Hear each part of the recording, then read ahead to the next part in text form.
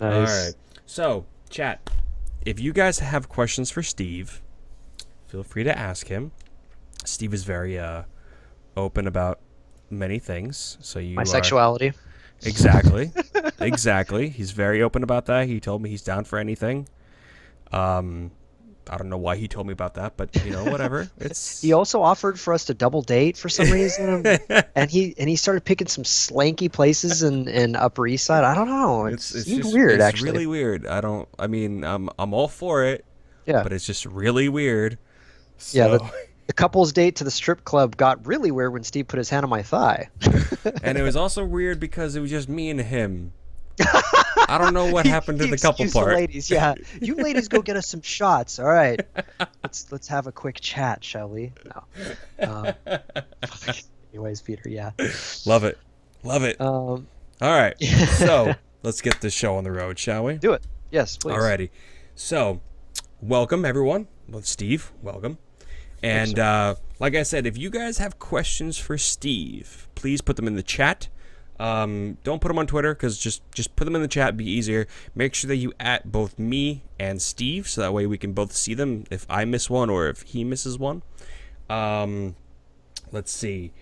So I'm pretty sure a lot of you know who Steve is, but let's have Steve talk about himself and see where he Where that goes. where he came from. Yeah, where that goes exactly. So how deep of an origin story do you want? Just like Newegg and where I'm at now, or We'll say like before, okay, leading up to Newegg cool, and your future, obviously. cool. All right, I'm gonna give you guys kind of a the quick version. So I started kind of my journey in the tech industry with gaming, which I feel like a lot of people do nowadays. Yeah. And I'm not talking like console where you were playing, on Nintendo and stuff like that, or you got your Sega Genesis or whatever period of time you started in, whatever generation there were at that time. I'm talking about the point where I got the PC gaming, and I was playing it on my buddy's, my buddy's dad's computer. It was an Amiga 64, and we used to play Dune a ton on that. There were other systems too. Progressing through time, where I finally built one of my first systems, which was actually a Cyrix chip, it was a 586, and I don't remember the specific model because it's been so long. But I built it myself. I was super excited. It was fast, and slowly over time, I think the real like gutbuster badass system I finally got to really enjoy. The first big game I was stoked about, which was Half-Life 1, right? So I built my first system for that, and it was with actually it was with a Thunderbird chip, with an AMD chip. I remember.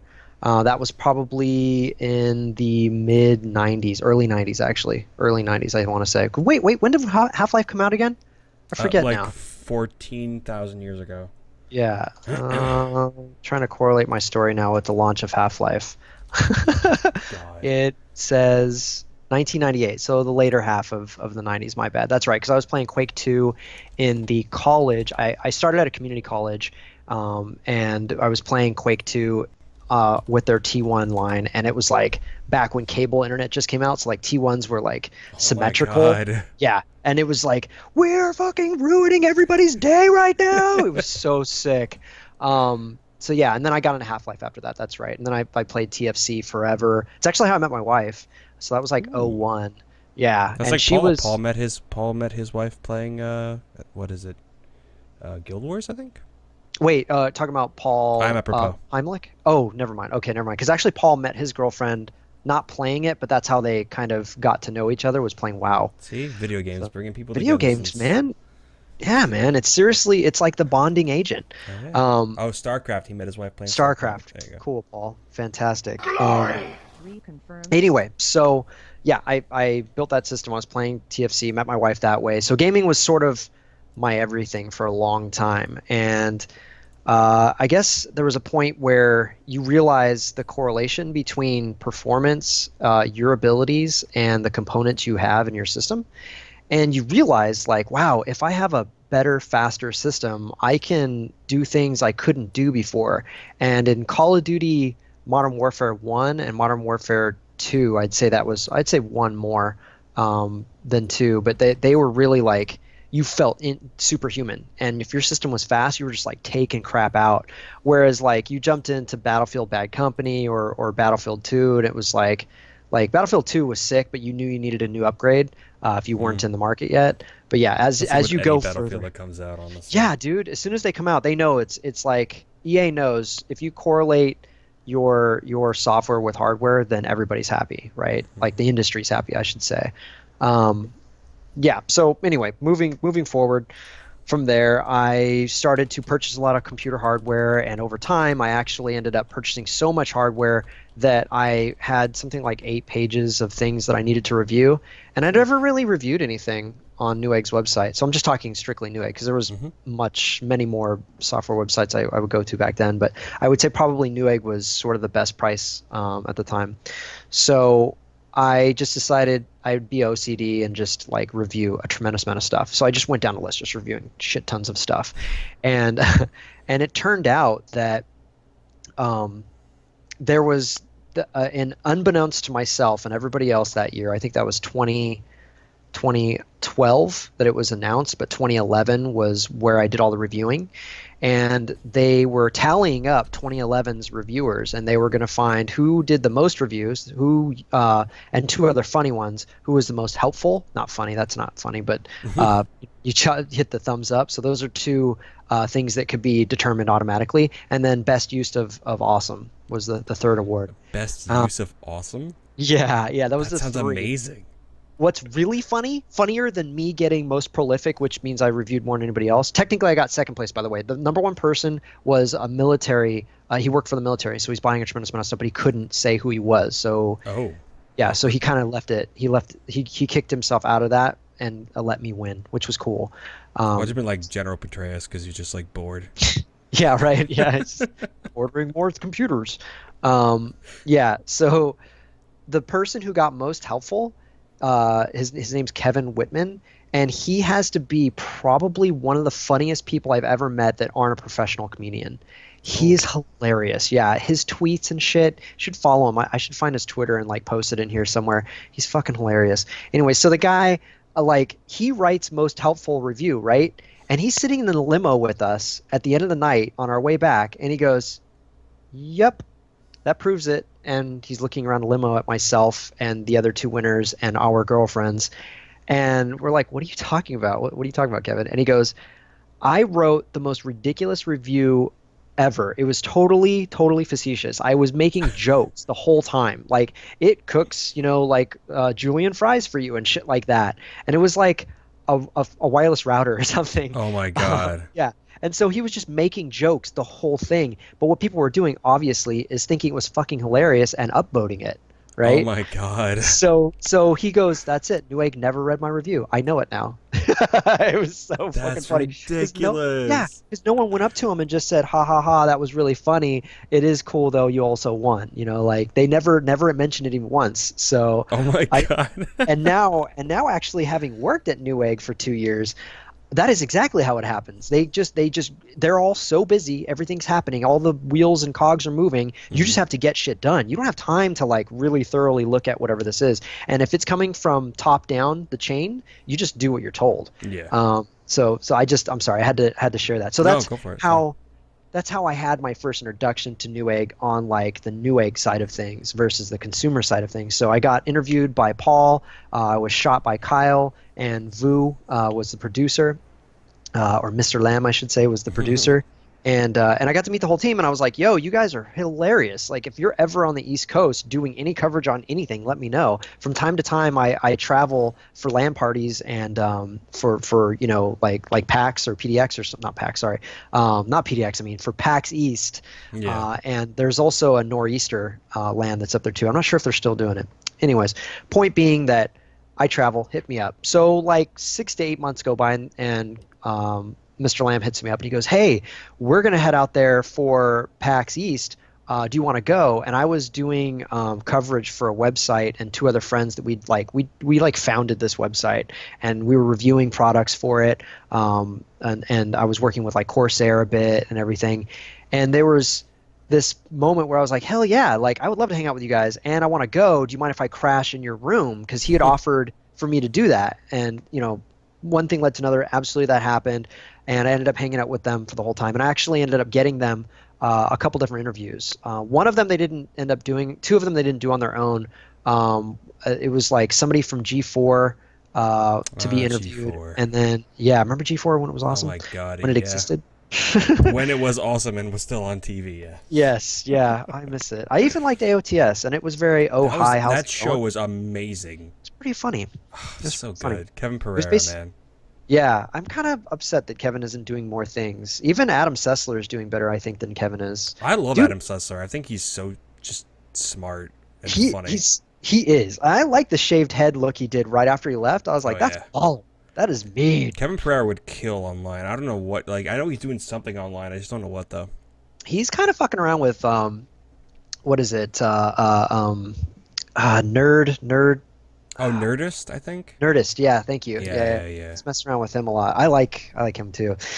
Anyways, I'm sort of getting off track. You and me both, man. It's good though. It's good conversations, right? Oh yeah. What the hell was I saying? I have short-term memory loss like a mother. You got interview. Oh, you wanted to stay with them. I was keeping in contact with them, so we went to PAX East. We ended up hanging out. I got them a couple interviews. I actually got them an interview with oh my god, totally spaced on her name right now. Beautiful redhead. She's she made the guild. I feel like I'm asking you questions now. Oh, was it Felicia Day? Felicia, yeah, got them an interview with her. They were like, "That's amazing." I never met her before. Like, I just happened to be at the right place at the right time, and I like talking to people. I like making them laugh. And I remember the first time I met her, which was in this line. Like, I was just standing there watching her play video games at the Microsoft booth at PAX East. I think it was like 2012, and they're like, okay, well, the line's going to start over here. And I was like, just happened to be like 3 deep at where they were starting the line at. So everybody just files behind us. And I go up to talk to her. And the first thing I tell her, I was just trying to think of something funny and stupid to say. I was like, hey, there's supposed to be this really hot redhead around here somewhere. Can you introduce me to her? she goes, allegedly hot. I was like, you were hilarious in person.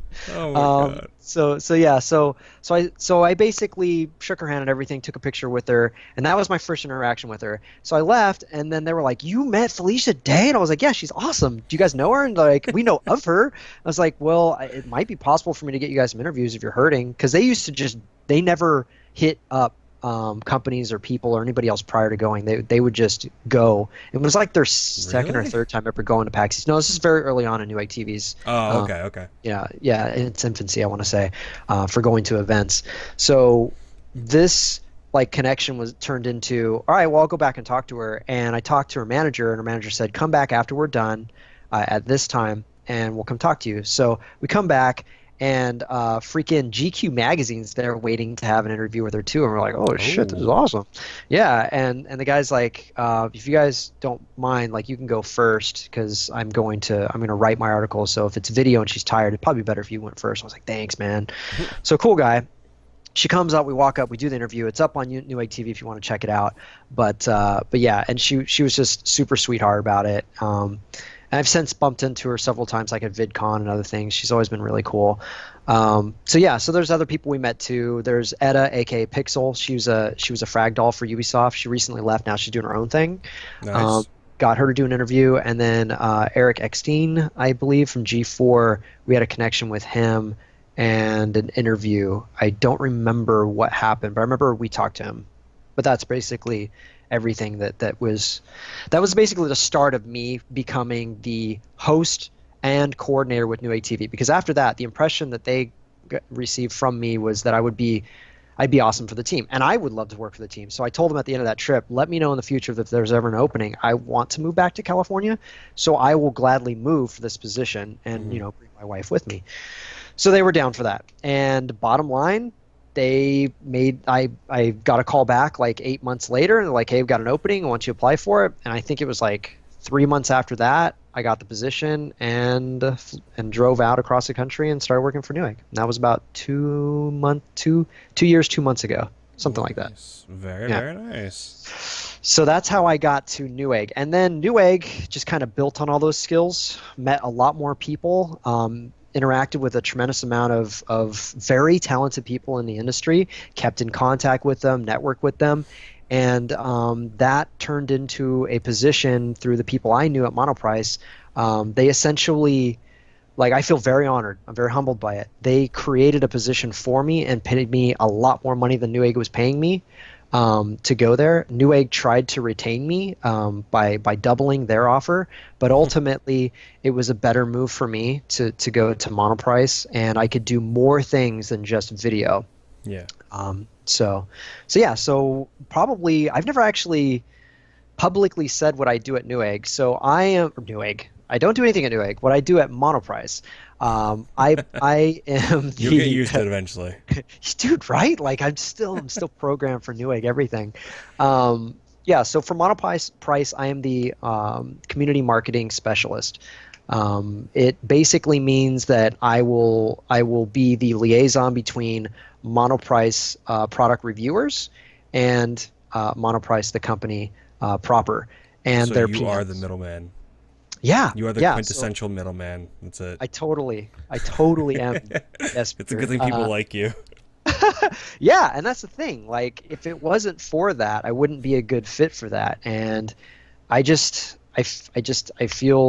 really blessed. I feel really thankful and humbled by everything that's happened. And honestly, the worst part about leaving Newegg TV was leaving the rest of the team behind, and the YouTube viewership, because honestly, it's I really like all of them, even the guys who would troll me. They would oftentimes be very funny, and maybe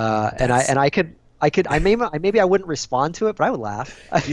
That's my rule, right? Because when I stream, like, I have a rule with trolls, okay? And my thing is simple. You either make me laugh or you be creative. That's it. Right.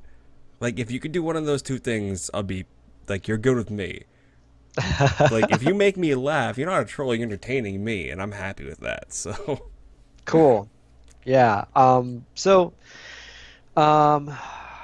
And a lot of the times, too, it was just like I'd make a video the way I want to make it, and then we'd have to change it, and then we'd have to keep changing it, and then it ultimately got to the point where I'm no longer able to make the videos I want to make, and they were getting changed so drastically, or I was getting told to make videos as short as possible and less informative as possible, and it got to the point where people were preaching to the choir on the comments, and I told them to do that when I was on Paul's New Year's Eve stream, and I got an opportunity to kind of talk to everybody on that stage more frankly than I could on anything else on Newegg.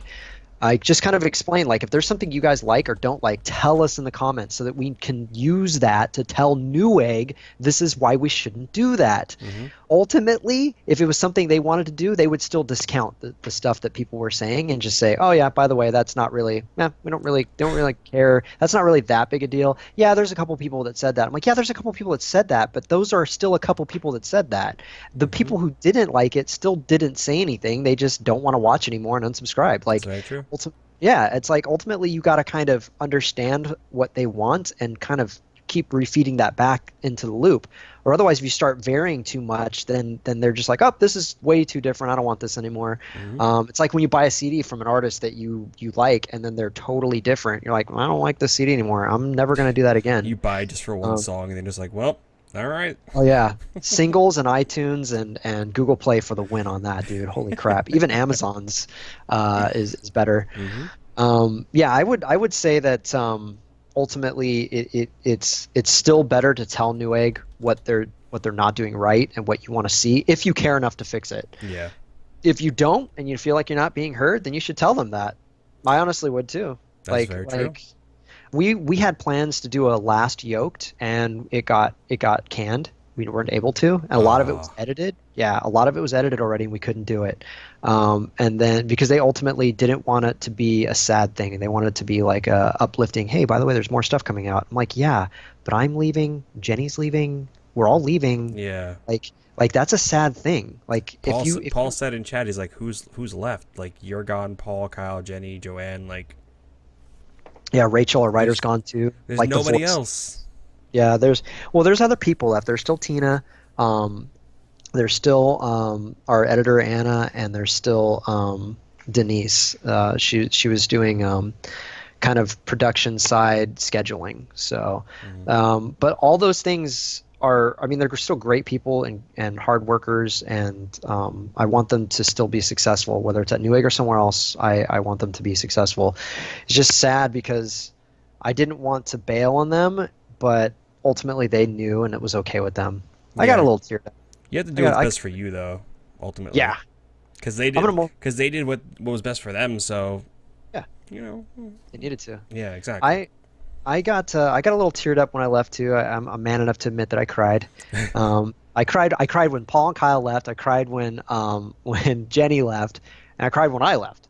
Steve's So a softie. Oh. I'm a softie, man. I will cry at sad movies. It Oh, happens. wow. Yeah, it happens. Did It you? doesn't happen Okay. that often. Have you seen Up? I don't think I have actually. Okay. No. Well, when you watch Up, you let me know if you cry within the first 10 minutes of that movie. I guarantee you, Right. you will cry at the first 10 minutes of those movies because it is so sad, but Is it? so good. An amazing movie. But anyone that has seen Up will tell you that you will cry. If you cry at movies, you will cry within the first 10 minutes of that movie. I guarantee it. Awesome. Such So a- I wanna move us to a new topic unless you want have Yes, another go question for for me. Okay, so Jay brought some amazing content to your channel, and it helped the industry and the community in general, right? Mm-hmm. Fractal Josh did the same thing, and I want to try to give you guys something I know I can do well. And I'll openly admit that I don't have a degree in marketing. So this is coming from what I learned in the industry and what others who are better at it than me taught me, and also from naturally seeing the results of the actions I've chosen and learned from the mistakes I've made and grown from the successes. So I'd like to talk to you guys about networking, and I don't mean I don't mean TCP/IP. All right, I mean how to network yourself, your brand, your personality with people in the industry. And now that doesn't like stop at the tech industry. That supersedes all Everything. industries. Yep. Yes. So yeah. So if there's anything I can impart in terms of advice to everyone here, that is one simple sentence. That if you can follow this like mantra, I think you're pretty much, as a rule of thumb, safe. But I'll go into more detail in general. Jalil says in chat, Cat 6? Like, yes. Actually, we're going to go to Cat 7. Cat 7E. No. So, yeah. All right. So, the mantra. People like to do business with people they like, period. And that's in every industry. That is why it doesn't even have to be a person I like, that I know I like, right? Like Peter, I'll openly admit I don't know you that well, Mm-hmm. but I like you because the little bit of interaction I've had with you makes me want to get to know you more, makes me like you as a person, and more than anything else, I don't get this like red flag going off in the back of my head like this guy's kind of a jerk or this guy's untrustworthy or any of those things, right? Oh yeah. So the tips I'm going to give you guys, I'm just kind of going with off the top of my head. I haven't like wrote any of these down, so so forgive me if it's not in any kind of order. So I'd say first and foremost, let's use our relationship, our friendship, Peter, as an example. Why did you invite me to come on your show? Because, well, we played together, and like the interaction we had during like playing with each other, I like that. I'm like, oh, Steve seems like a pretty cool guy. I'm like, Thank you. I'm like, why don't we have Steve come on? He seems pretty smart. He works at Newegg, so he knows something about the tech industry, which would be nice. And I'm like, and I just not like I said before to you, everyone knows you, but they don't really like know you. Right. Like they know of you, but they don't know you like they know Josh. Because let's be serious now. Josh is a bit of a whore. He's everywhere.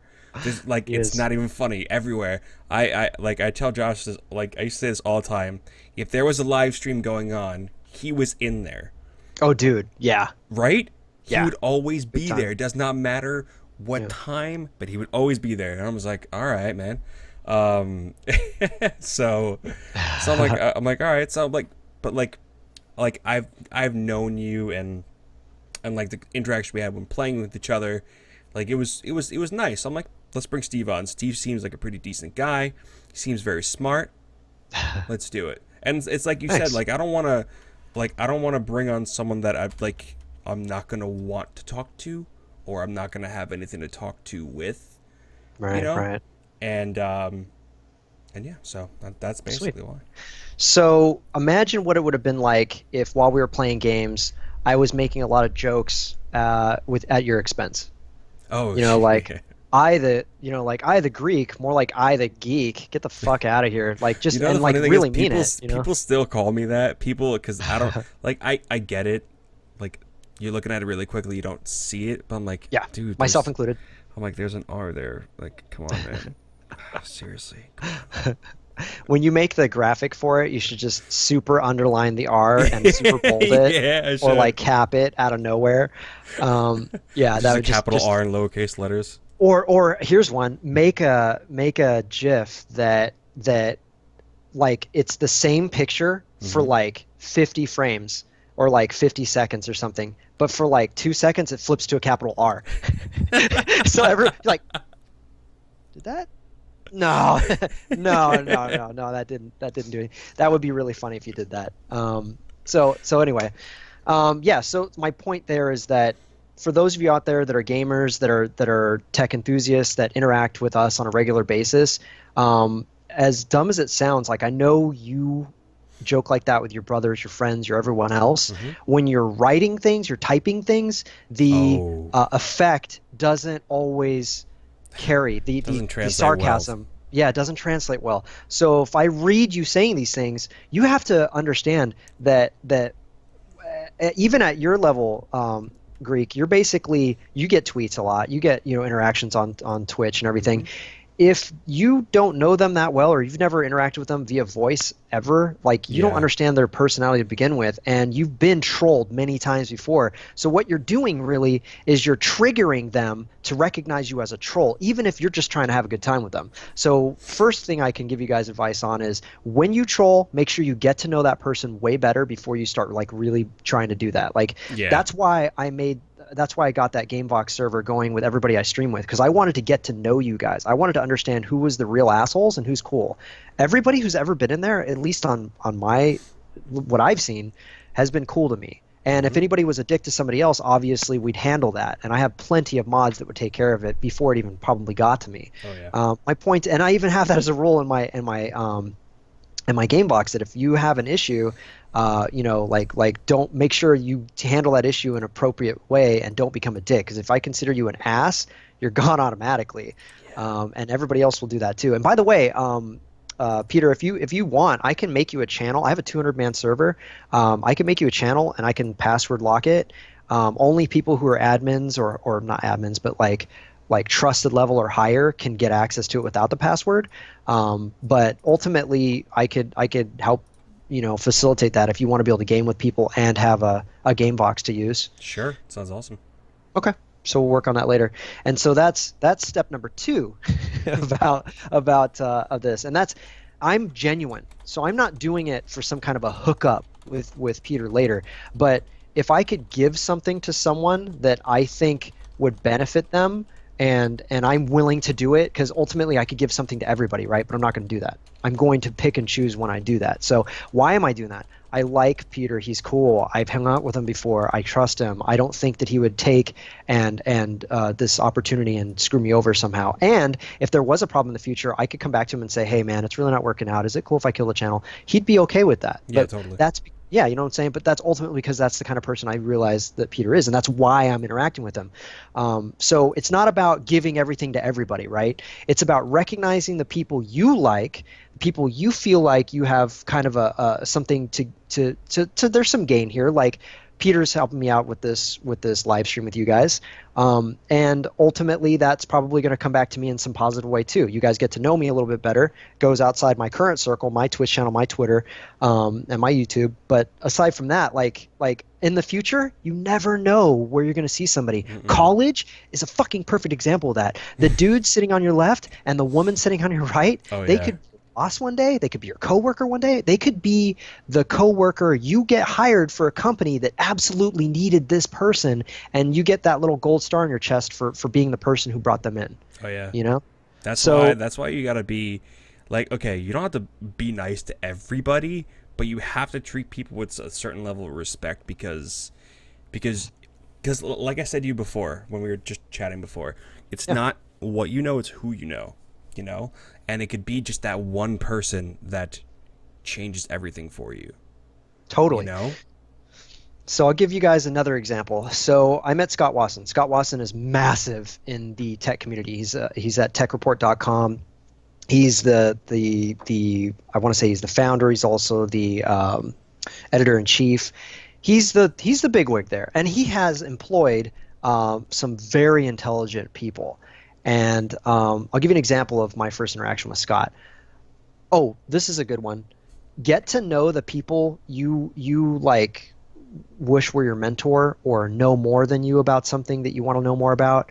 And like, because I was listening to his podcast forever, so I'd liked him beforehand, but he never had a video podcast back when I was watching it. So I actually took the time to go and look up his picture. So if there's somebody out there that you follow that you think is really cool, that kind of is doing what you want to do, or is just a pinnacle of a part of the industry that is a part of the industry that you want to be stronger with or know more about, get to know who they are. It works that way with companies, with CEOs, with the chain of command. If you know who someone is by recognizing them by picture, I mean, I'm talking like if you can or if you need to, go through and like make flashcards and shit, because that builds on their ego. They're like, not to say that that's what Scott did. I'm just saying like to be recognized feels good, right? Yeah. Like to be recognized, right? Oh, yeah. So like I was blown away when I was at the last PAX East and somebody like asked me to sign something. I was so taken aback that I actually unintentionally gave a negative impression to them initially. I was like, "You want me to sign that?" Like nobody wants me to sign things, and they're like they thought I didn't want to do it. Like I was mad, and they're like, yeah, if that's cool. And I was like, "Dude, that is amazing!" Like, thank you for wanting that from like little old me. You know, like you guys are awesome. Do you want to take pictures and tweet some shit? Like let's get some interactions going, you know? So that was really, really cool. So that's why I'm saying like I like the YouTube channel. I like the people that were there, and I wish I had an opportunity to tell them where I was going. Ultimately, not everybody has Twitter. Not everybody is on Twitch. And I don't have a lot of content on my YouTube. So anyways, going back to my story, I see Scott, and he's walking out of an appointment with like Kingston or somebody, right, at CES like 2 years ago. And I'm walking in, and I go, you're Scott Watson. Did you actually do that movement, by the way? Yeah. I was like, whoa, because he's walking past me. It's like, are you Scott Watson? And he goes, yes, I am. That's my Scott Watson. And I go, whoa, dude. That's amazing, dude! I'm such a big fan of your podcast and of your website. You guys are so analytical and so intelligent. Like, thank you, because like I use that information for the reviews I do. I work for Newegg. I'm like explaining to him what I do and everything. I was like, dude, can we exchange shards and keep in touch? And he was like, absolutely.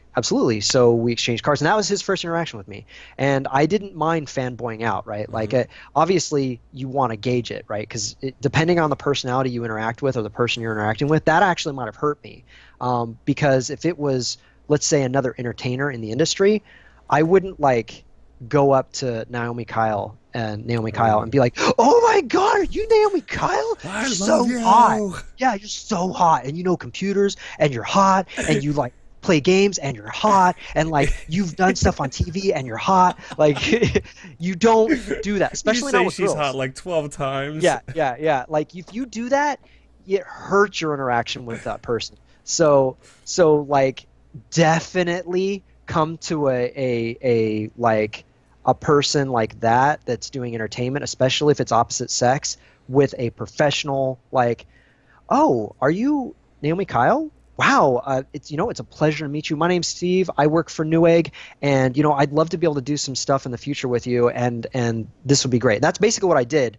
And she's just like, oh, absolutely. I love Newegg. I shop with you guys all the time. Absolutely. Here's my card. Let's talk a little bit. I'd love to do some stuff, maybe some videos, some collabs or something.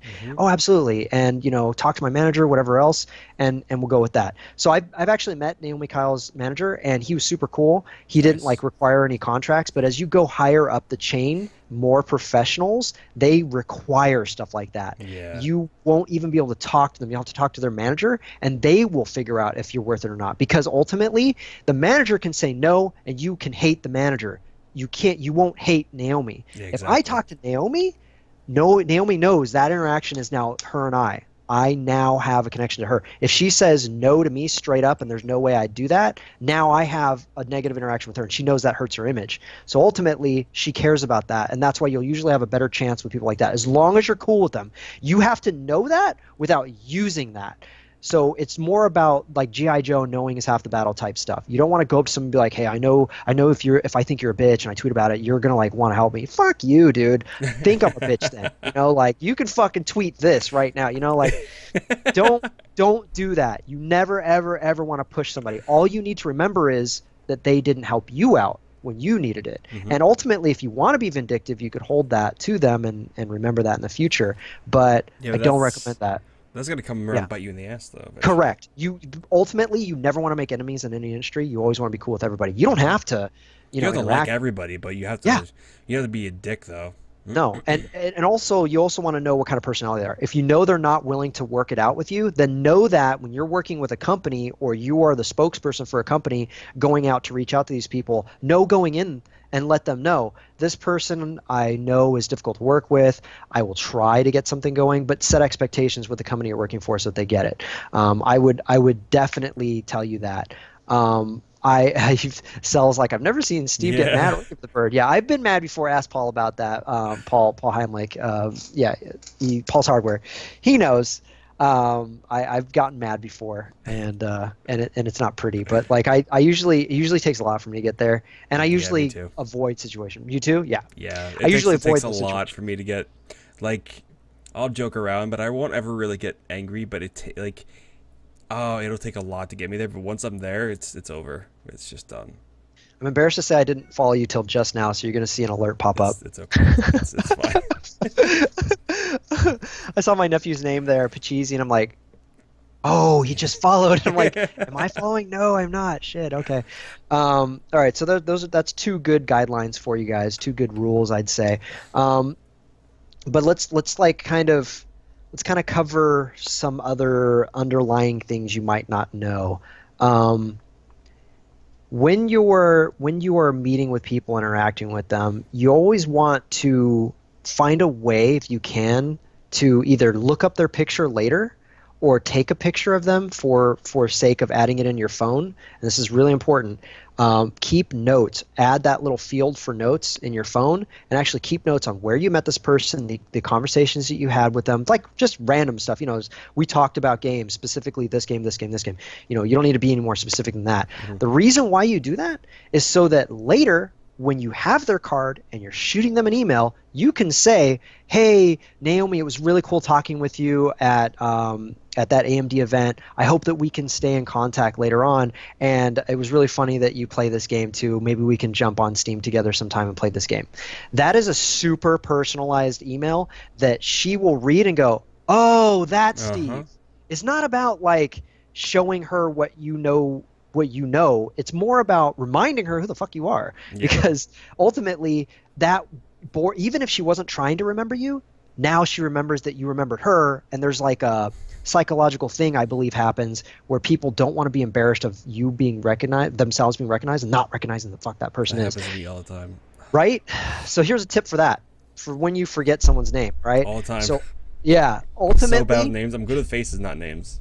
Ultimately, if your phone's already out, you could like look up a person's name like really, really quickly just so you can remember who they are and who they're related to. That's another really important one, because when you search in your phone and you say like, oh, I met this person through this other person. I met this person through a propose. Okay, so when I type in, fuck, I don't remember her name, but I know Paul told me her. So you look up Paul's name and you know exactly who it is because it shows up as one of the names in that list. But let's say you're in a situation where you don't have time to look it up. They're walking towards you, or they've already said hi and you're already kind of drunk. You're at a party somewhere. Ultimately, you be honest. I can't tell you the number of times I've told somebody, and you have to mean it. You tell them, I am really sorry and embarrassed that I just forgot your name. What is your name again? Oh, it's Peter. Like I'll just air out some laundry, right? Like before we started the stream, right? What did I say to you? Yeah, that's exactly what you said. Yeah. I was like, look, man, I'm really embarrassed. I forgot your name. Yeah. And that's and, that's no problem, because I forget people's names so often, and it's terrible because like I'll meet people that I used to work with for 3-4 years straight. Oh, that's rough. Yeah. Like this happened I'll say like a week ago maybe. I ran into this guy that I used to work with, and we were sitting there talking, and he knew my name. He knew me. And I'm just like, yeah. And I don't know how I made it, but I did not bring up his name or anything like that. We were talking about people that we knew and all that stuff. And then he's like, all right, man. He's like, I'll see you around. I'm like, okay, cool. And I walk away. I'm like, oh my God, what's his name? I'm like, oh God. It's that terrifying moment when you're like, I am going to injure my relationship with this person. They will forever know me as the douchebag that didn't remember their name. But here's the reality. 50% of the people you talk to that aren't in marketing, that are just doing their own gig, they're not going to remember you either. And so that's why being overly apologetic, not even necessarily overly, but just saying an apology when in a way that you can actually verbalize meaning it in a meaningful way will actually allow people to be cool with that mistake. They'll accept it like you did. You accepted it. You weren't really worried about it. In fact, you're like maybe a little like a part of you probably was thinking, okay, dude, calm down. It's okay. You forgot my name. It happens, really. right? Yeah. So that's where I I go a little deeper on it. And honestly, like I'm a nice person. I'm a good person. I believe I am. And ultimately, it's the times where people kind of hear that in a personality and they try to use it against me.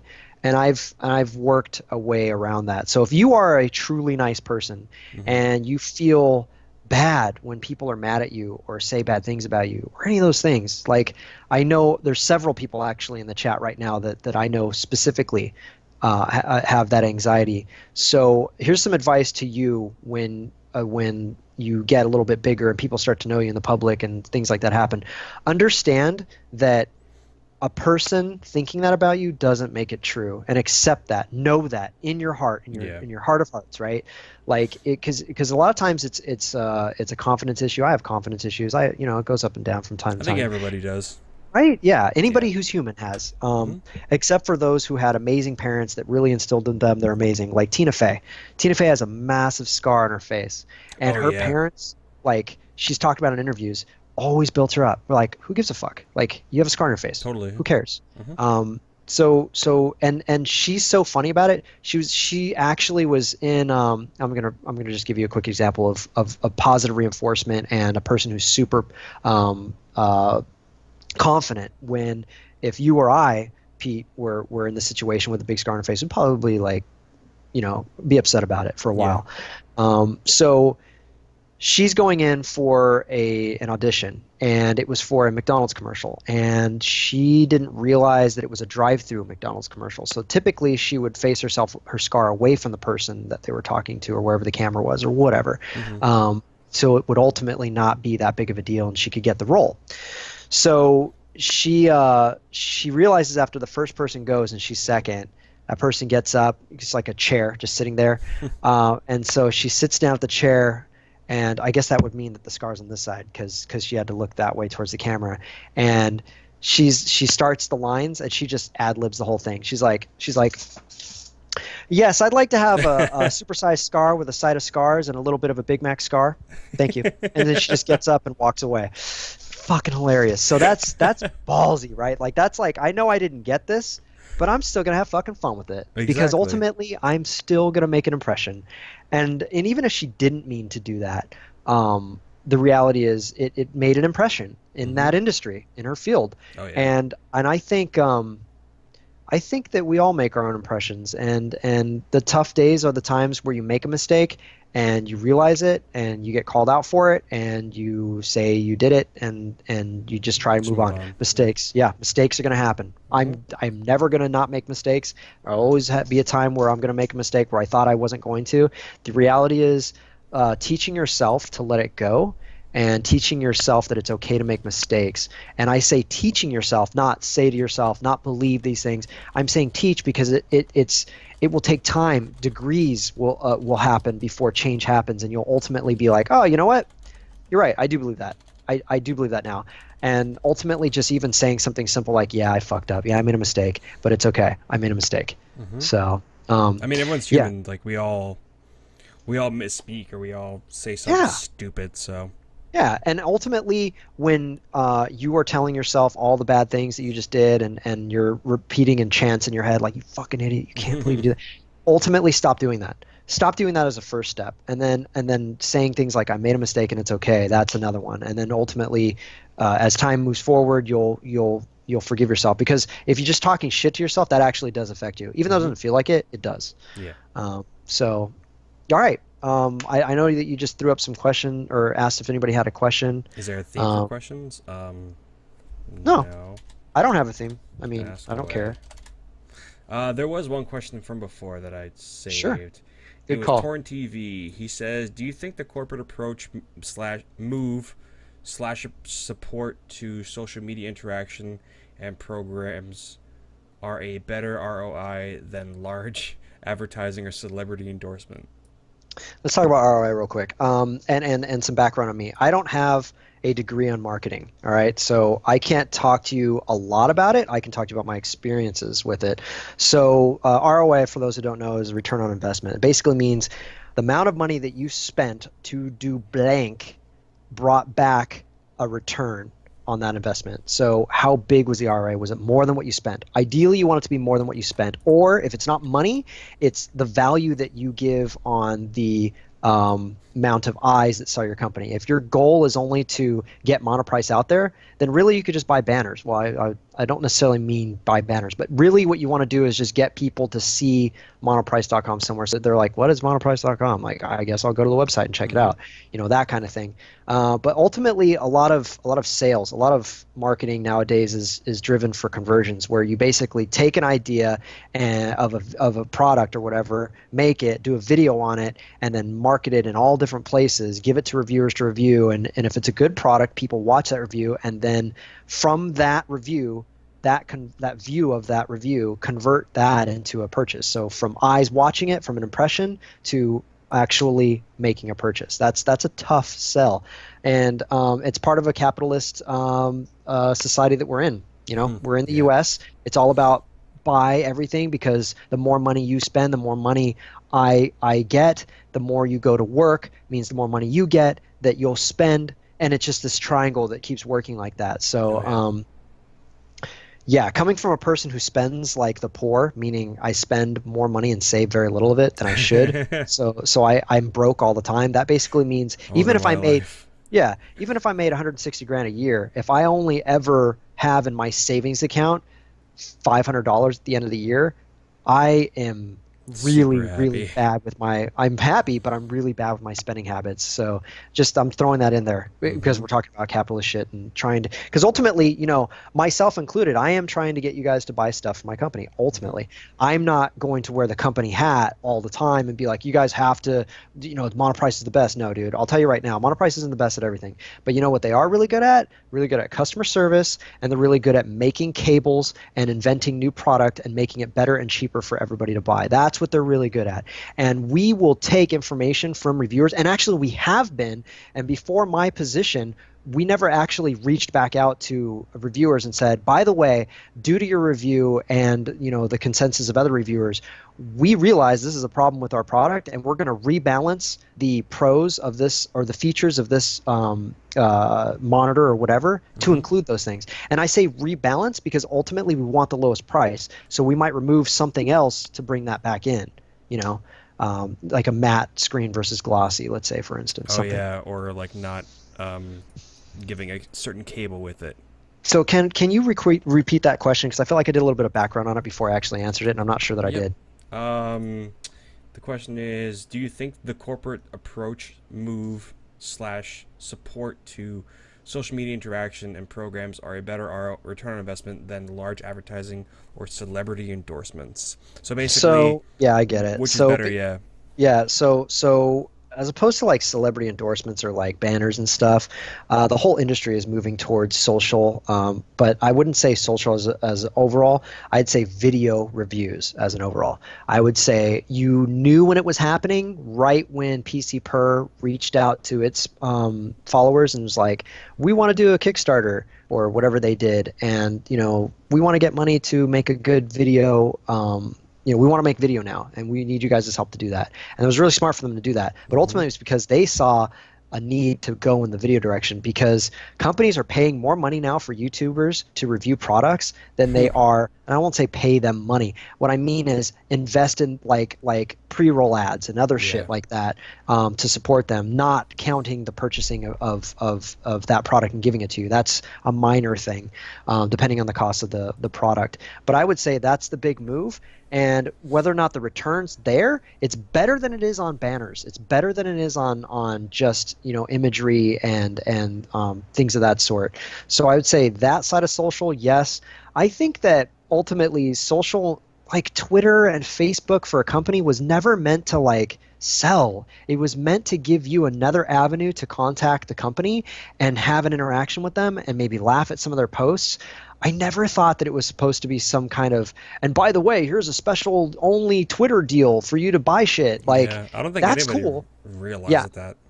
I like that. Don't get me wrong. Like, I would get that. Like, especially if I was let's say I'm a developer.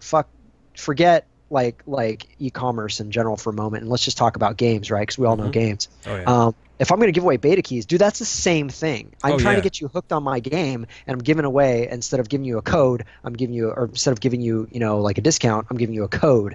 So yeah, I would totally say that social is giving them better returns, or at least they're exploring it way more often. And whatever impressions that they're getting on top of the return that they're getting on their investment, that counts as a return on investment, by the way. Like impressions, how many people are seeing the posts. I think that it's still worth it to them. So yeah, do I necessarily like it? I mean, I'm at a company where that's my job, and I like it because I feel like I do it naturally. And ultimately, you're going to start seeing tweets from me from Monoprice's Twitter and posts from me on Facebook. Like, they're not going to be ingenious, because right now, no one likes anything we do on Facebook or Twitter. Like, no one favorites it or whatever. So I wanted time, though. Yeah, but the thing is, like, I don't want to fuck up the voice that they already have. Like, I'm smart enough to know that you can't like take over a YouTube channel and just change it entirely. I couldn't take over a Twitter or a Facebook and just be me. People might be turned off by that. There could be a demographic of older gentlemen and ladies that are just like, what kind of fucking dumbass is tweeting out like hey, check out my new adapter. It's pretty cool, huh? Like, what an idiot. So, and I don't really like doing things like that. I don't like being salesy. I like to tell you the truth about shit and let you figure it out. Like, I don't like, if you like it, buy it. Like Monoprice, we're awesome for cables. Like, we have a lot of other shit too. Check out the website. But right now, like, I'd say that's probably our bread and butter. But there's tremendous things we've been moving into that have been doing really well for us too.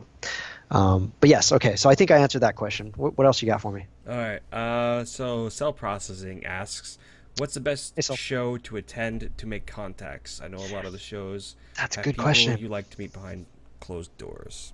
So Cell, I'm pretty sure you're all about tech, and I'll wait for you to tweet or to put it in chat to make sure that you're all about tech versus gaming, or if you're both, just I think he's type. both. From He's what both. I know of Cell, yeah.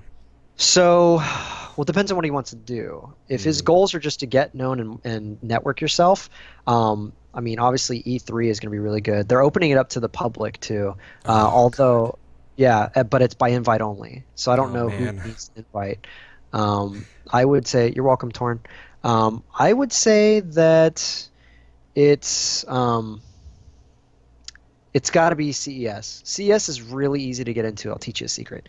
I accidentally put myself on their radar though, so I can't do it anymore. But yeah, you can basically make a website, and if you already have a website, which I think you already do, what you need to do is make a website. And honestly, there's only 47 people here watching, and whoever watches the replay, like, don't spread this. Like, I'm serious when I say that. Don't spread this around. Keep it between you 50 people that will eventually see this or whatever. I'm going to cut this part out in the archive. Yeah. And that's how you do it. That's what it'll cut to. I was doing it for a couple years. And then I fucked up. I was getting because that's actually what I did. I did CES for my you'll like this, Pete. I did CES for my bachelor party. Yes. So I had like 15 dudes. They all flew out from different parts of the U.S. and gamers, friends of mine I hadn't met in person ever before. And we went to CS, and we just kind of like a couple of the group stuck together. We tried to get together for dinner every night, but we just like hit CES, bro. It was so much fun. And I got to tell you, man, like that was amazing. So to answer your question, Cell, CES, and that's how you get in. And the parties, you need to get involved as much as you can with the parties. If you can't get in yourself, you need to get as a +1 into whoever else you know there. And don't forget business cards either. Yeah, definitely make sure you make business cards. Actually, if you don't do that, you won't get into CES at all, because you need to have 2 forms of proof that you work for this company that you just made. You'll need your business card, and you'll need your email address. Those 2 things. So that'll get you in for sure. They have some restrictions I've heard they put on it, that you have to have a certain number of hits after a certain time or something. I don't remember. Don't go in as press, by the way. You have to go in as an attendee. But honestly, it doesn't fucking matter. Like, just go. And get to know the reps. Go to every one of those locations. Corsair, MSI. I don't think Azeroth has. I think Azeroth does. Kingston. Just hit them all up. Get to know all of them. Tell them up front, hey, I'm a reviewer. I'm just getting started right now. I don't have many hits on my site yet, but here's what I want to do. You tell me, you don't tell them. Tell them this. You tell me what you want more coverage on, and I'll do the reviews on it. Even if it's a shitty thing you don't give a shit about, like, get it. And then after you get it, do a couple of them, and then tell them, hey, I'm interested in getting this other product, and if you don't have any samples available, that's perfectly fine. I'm just curious if you have anything that you can give me at a discount. And usually, if you tell them that you're willing to pay for it, even if it's usually in an email. Even in that email, if you're telling them, hey, I'm looking for this other product that I want to do a review on my site for, I'm curious if you could actually help me out with a discount code for it if you don't have any samples. So you're setting them up to that the expectation for you is to pay, which is way more than most reviewers will do. And if you do that, I think you'll be on the better side, so they'll keep in contact with you. Also, get a calendar going, your Gmail calendar going, of all of the different tech stuff worldwide that's going on that those companies are going to, like CS, Computex, and stuff like that. Like, for right now, bro, if you were to email them, they're not getting back to you for like a week and a half. No. Why? Why aren't they getting back to you? Because Computex. As Computex. So you need to understand that and never be pissed off for them not getting back to you. If anything, remember the person you talked to, keep notes on your Gmail about who they were and how much interaction you had with them and how you met them and the conversations you had. And aside from that, remember that you weren't able to hit them up. They weren't able to get back to you, and just get another contact. Yeah. And when you get another contact, you just say, hey, I've been reaching out to this person. They haven't really been available. Is there any way I can reach out to you too? Like, I'd love to give you my card, and that would be another. You want as many contacts as you can, but you don't want to like give them the impression you're like, hey, like you just like who in a Russian song. So yeah, don't do that. And this is coming from like a standpoint of companies talk to other company reps, and if they get to know they you, all talk. That's what Josh told me. Josh was telling me that he knows, like, he was telling me that not only do they know each other, but like they work at companies that the others used to work at. Like one used to work at one place, now he works at Cooler Master. Yep. And like they swap around, so they all know each other, and that's why like you'll never see like Josh talk shit about anyone from Cooler Master or Corsair or anyone like that, because he's like, I know these guys, I'm not gonna do that. And they I all honestly talk. wish AMD and Nvidia talked more. Actually, I second And that. Trust me, I that's really the do. that's the one thing I'm sad about, because I know both sides. I like both products. I like both companies, and I like the people that work there. And oftentimes people move. You know, like Roy, he was Nvidia Roy forever, right? So moved over to AMD, and I like Roy. So, but anyways, to rope it, to bring it back around again to the topic at hand. You know, you want to be able to interact with them on that level, and you want to be able to get that interaction and then get the expectation. So then if you haven't already watched it, go watch the interview that I the Greek did with Fractal Josh that's really informative on how to approach vendors and apply everything that he said there too. I'm just trying to tell you how to network them first. Also, if you haven't already done so, like I've never had a LinkedIn. I've done everything old school. I've done phone calls, text messages, and emails. That's how I've done things for like ever. And I guess that's helped me with some of the older marketing reps. But as time progresses, like a lot of the people, like I think his name's David over at Gunners. He's like one of the young guys, one of the young guns that's been doing this since like he was 14. And you need to have more than just that. You can't be like, he's not going to give you his cell phone number first off. You might get his email. And if you get his email, you got to be big up on that list, because he's only hitting up some top tier dudes. But he might be able to give like a discount code or something if you would end up hitting him up. Anyways, my point being, and I don't want to speak for the guy. Talk to him. Let him figure that out. Yeah. Never assume. Yeah, never assume, and never let you say no. Like, and I'm gonna reiterate that in a different way. Never let the no's come from you. So if you're telling yourself like, no, I can't, he looks busy, I can't go talk to him. He's too busy. Oh, no, I was gonna talk to him, but then like somebody else walked over. It's like asking a girl out for a date. Yes, like, actually it is. Yeah. Just do it. Yeah, and here's the reason why. Like I'll tell you, when I was single, I got some great advice from a good friend of mine, and this applies for women and men if it's the roles are reversed, right? We're not sexist here. If you see someone you really like and they make eye contact with you, you have 3 seconds to act on that. And I'm not shitting you. It's that soon. And here's the reason why. If you act in 3 seconds, that's about how much time it takes you to start second guessing yourself and saying why you shouldn't do it and why it's a bad idea and why you're not going to get anywhere if you do. And that's how much time it'll take the other person to think the same thing. Like, oh, I wonder if he's like interested in me. I wonder if he's like, he wants to hang out. I wonder if he's just looking past me, or, you know, he's probably not interested in me, or whatever. Or maybe maybe she's thinking something negative, but it doesn't fucking matter, because you don't need to think those things at all. All you need to do is make eye contact, smile, and walk over. If they smile back, done deal. Oh, yeah, you can done. go there and fucking trip and fall flat on your face and still get up laughing about it. Be like, I'm going to buy myself another drink. I don't really need it. I'll give it to you, but I'm going to buy myself another drink. So practice it, man. Like, I can't tell you how many times we're dropping into like relationship advice. I know, right? But like, I can't tell you how often it doesn't matter if she says no or get the fuck out of here or stop talking to me.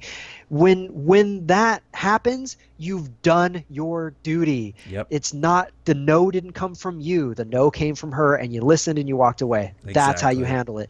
Because if you don't, and she was interested and you scared yourself out of it, now even if you do talk to her, maybe you'd be a little bit more nervous, but it doesn't matter. Even then you should do it. But I'm just saying, like, this is what could happen. And ultimately, the reality really just boils down to, you just need to act on things and let the failures happen and learn from them. Stop stopping yourself from failing. It doesn't matter. These reps talk to 50 million people a day. That girl is going to be hit on 5 more dudes after you walk away. It doesn't matter. The worst they can say is no, and then you say, okay, all right. Yeah, and you respect it, and you go, hey, thanks again. I hope you have a great night. Be fucking cool, man. Sometimes they're just having a shitty day, and they just go, wow, I didn't expect that person to actually be cool walking away from me right now. Maybe I will talk to you for a minute. Actually, what are you doing? You know, like, Is that all you're gonna? Some girls like I've had a girl tell me once like you're gonna accept no for an answer, and I'm gonna be like Oh, yes because no means no, and when a woman says that you actually are supposed to listen.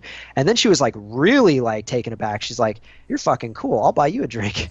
So like so shit happens, man, and it works the same way uh, uh, with these vendors and get appointments with them if they don't have time to talk. That's no problem. Exchange cards.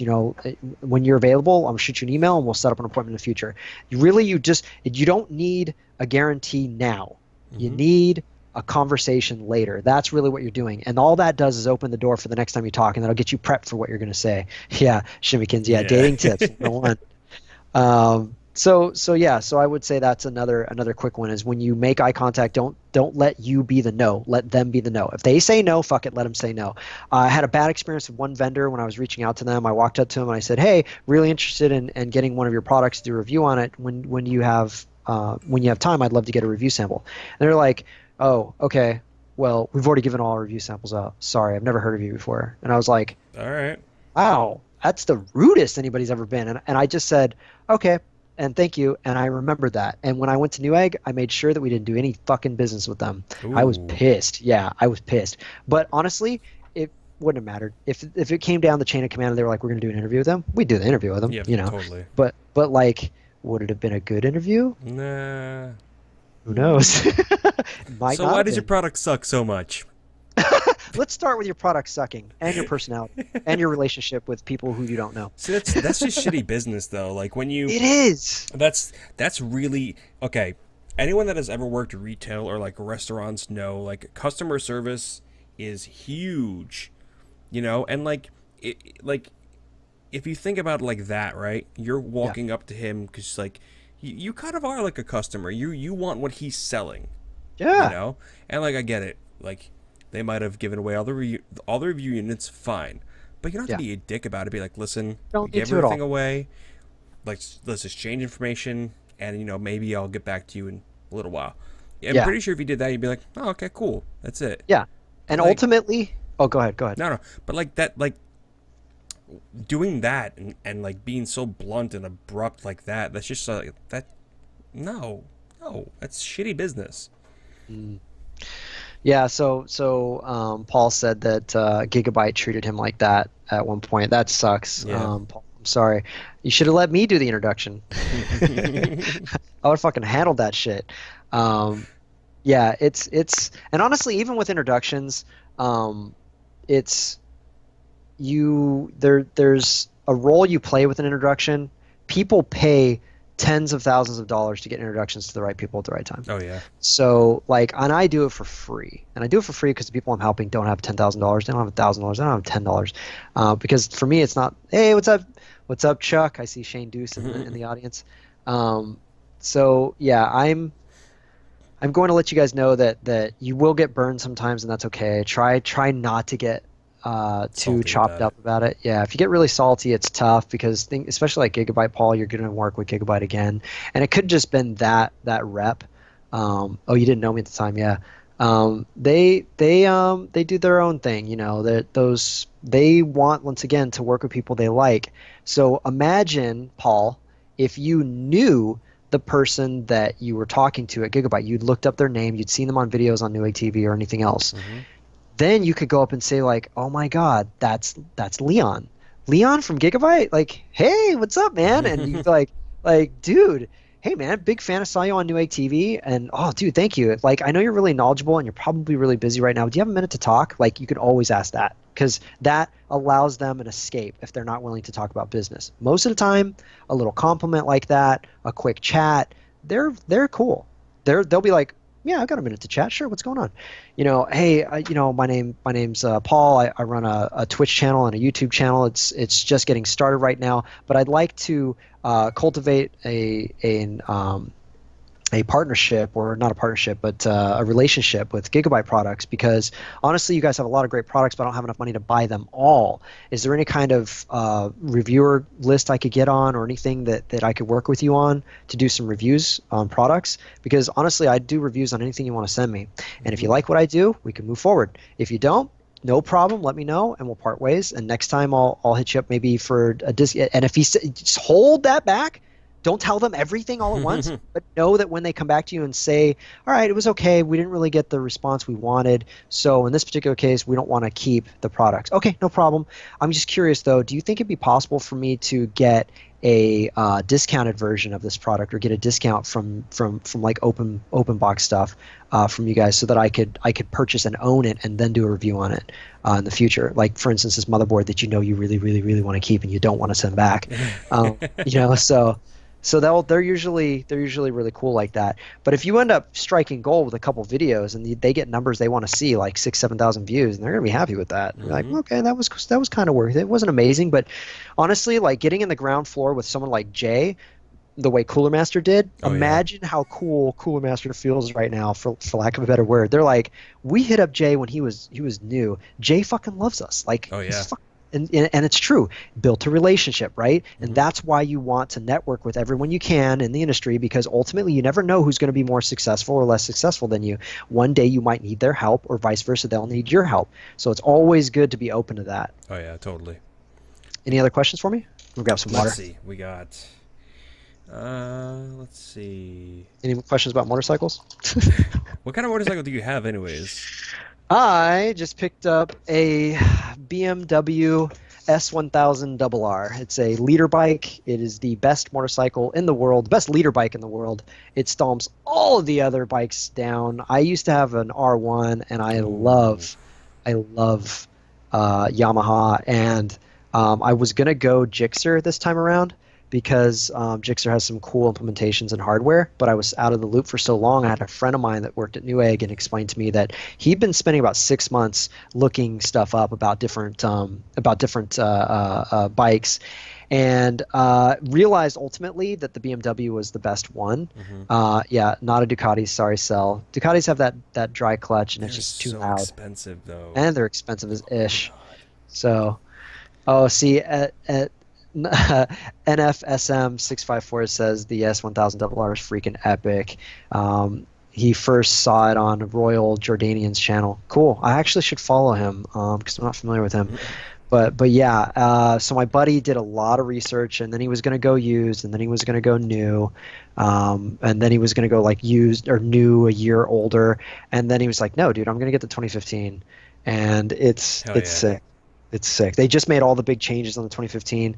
Traction control, electronic suspension, quick shifting. Don't need to use the clutch, which I use all the time. I feel all baller. I like cross my arms like this, and then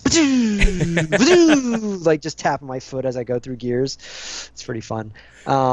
Yeah, and then of course everything has ABS now. And it's a sick bike. It's a sick bike. It's faster than all of the other leader bikes out there right now, and it's cool. It's got the electronic fuel control too, to change the engine to like 150 horsepower with ultra traction on for rain mode, and it's a sick bike. Anyways, I'm ultra jazzed. See, I'm a car guy. I love cars. Oh yeah, me too. And you know what I realized? That usually people that are people that are into PCs and stuff like that, they're most of the time they're car people too. Yeah, I could say that. Jay's a great example of that too. I know a lot of people that are into PCs and cars at the same time. That's expensive, man. They're both very expensive hobbies. Yeah, like super expensive hobbies. But like I'm a car guy through and through. I just god. So Pete, let me ask you a question. I'm an import guy, but I have respect for both classics as well as domestics. What kind of, and I love exotics. I mean, but let's just everybody fucking loves exotics.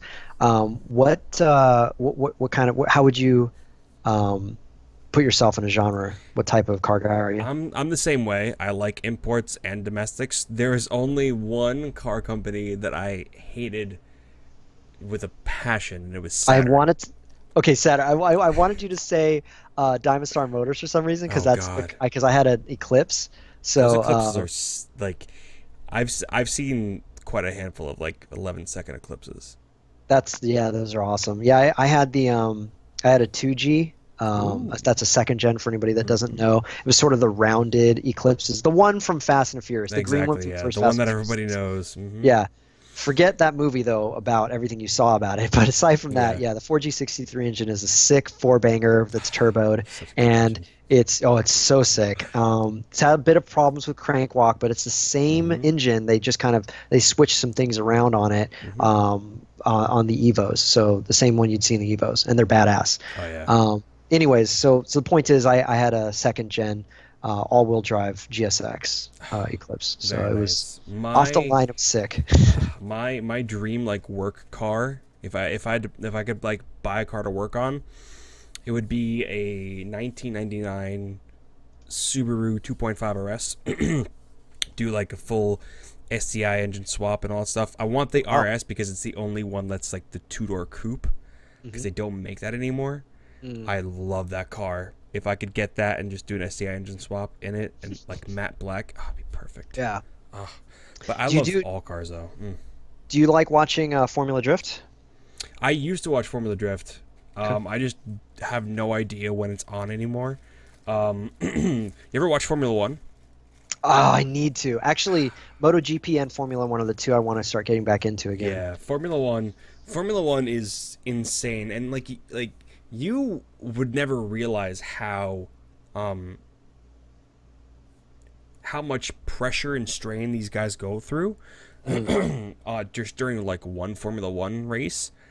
And like these guys are in peak physical condition.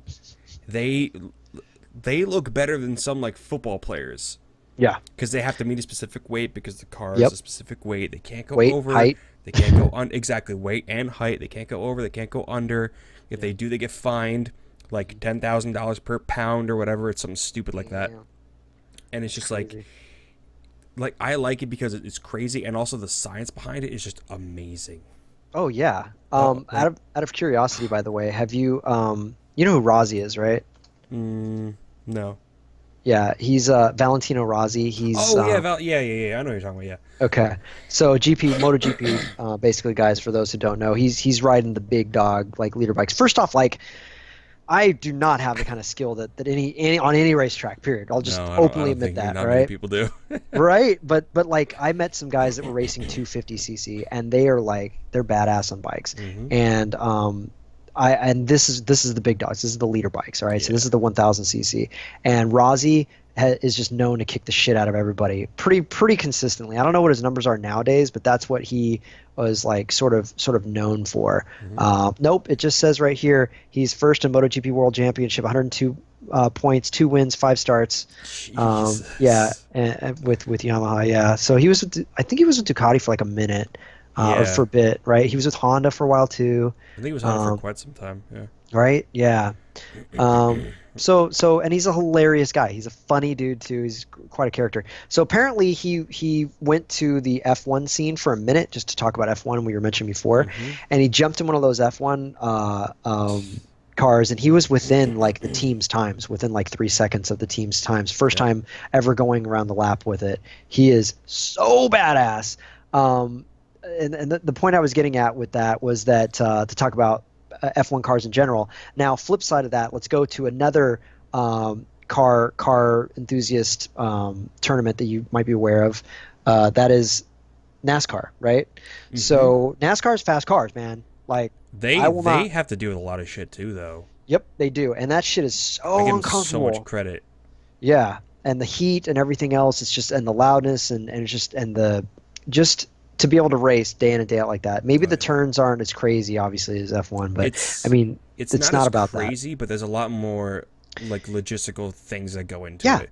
They measure their gas by like the drop, and it's crazy. Absolutely, you learn how to pass in NASCAR. I bet it's just knowing how to draft, knowing timing, knowing everything. It's pure racing without a lot of crazy turns. Like that's what it is to me, at least. It's literally just the engine, the wheels, the cage, and like, that's it. And around you is just what is it? Tubular fiberglass. That's it. Oh like, yeah, on the outside. That's really it. Oh man! Before I forget too, you can buy all. Let me just show you real quick.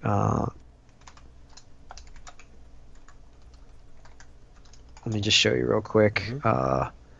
This page. Stupid video. Build your own. Which, by the way, if anybody's familiar with this bike, you can typically get it with MSRP and everything. It's like MSRP is like 18.7, right? Mm-hmm. I got mine in blue, which is like the most expensive color. And that BMW blue is nice. Yeah, it's kind of like their Like their you know, Ferrari red, yeah. yeah, you know what I'm saying? It's the BMW color, right? So all right, so I got the premium, which didn't come with the forged wheels, actually. There's a premium plus, because apparently there's a shortage of forged wheels, so I didn't get that. But I did get the dynamic package, which includes heated grips, DDC dynamic dampening control, and gear shifting assistant pro, which is where you just can shift, speed shifting basically. Yeah. Then you get the race one, which includes dynamic traction control, the different ride modes for different horsepowers and everything, and cruise control too, which is stupid for a bike, but it's funny. Do you want to go over the posters in the background, because Easy said anyone know about them? Okay, Steve and I got into a call. Okay, the very first second he turned his webcam on, I'm like, those are awesome posters. Yeah, let me bring this up into the chat just so I can show everybody one small thing, and then I will totally do that. I have one other small thing I wanted to finish up too, but this is okay. I don't know if this link will work directly. It'll work, yeah, trust me. Okay. My chat's pretty open. That's mine. This is the other one. There we go. All right. So check out the carbon fiber stuff. So you can just carbon fiber the shit out of my bike and make it like their HP racing bike. Yeah, they have an Akrapovic exhaust system with titanium full exhaust like replacement. It's stupid. But yeah, I just wanted to show you guys, check out the carbon fiber stuff in that link. You'll have to click on under design. Yeah. Is the design tab dropped down opened? Design, yeah. Okay, cool. And then you could just click on each one of those and show you what's carbon fibered out. And so anyways, I wanted to show you that. And then to bring my story back up on the thing that I walked away from for a second, and that is having a NASCAR driver jump into the F1 car and like drive it. I forget which dude it was. I don't remember who it was, but he was accelerating so fast into the turn, which you have to accelerate above a certain speed for the spoilers to hold you to the ground, and the tires have to heat up for F1 at a certain speed to get traction. I'm just telling it to everybody else, right? Because I know you know. Oh yeah. So if you go too slow, you wreck. If you go too fast, you wreck, and you have to find that just right speed to actually make it around the turn. Bottom line is the NASCAR guy was coming into the corner so hot and so fast that he slams on the brakes and he just stops before he comes to the turn at all because of how fucking badass the brakes are. And it's just to give you an example of how fast it feels and how fast you stop an F1 car versus a NASCAR, coming from a NASCAR driver himself. And those brakes, they're no joke. Like, to be able to push those brakes down and actually activate them, it's 150 pounds of force you need to put down. What are they, 16 piston? What are they using those? I think they're the 2 8 pistons, yeah, and they're carbon ceramic, so they need time to heat up. Wow. Yep. So think of it like this, right? You're driving your regular car, and you just press the brakes down. That's maybe we'll say like a pound of force, at the most, a pound of force that you just use to press down your brakes normally.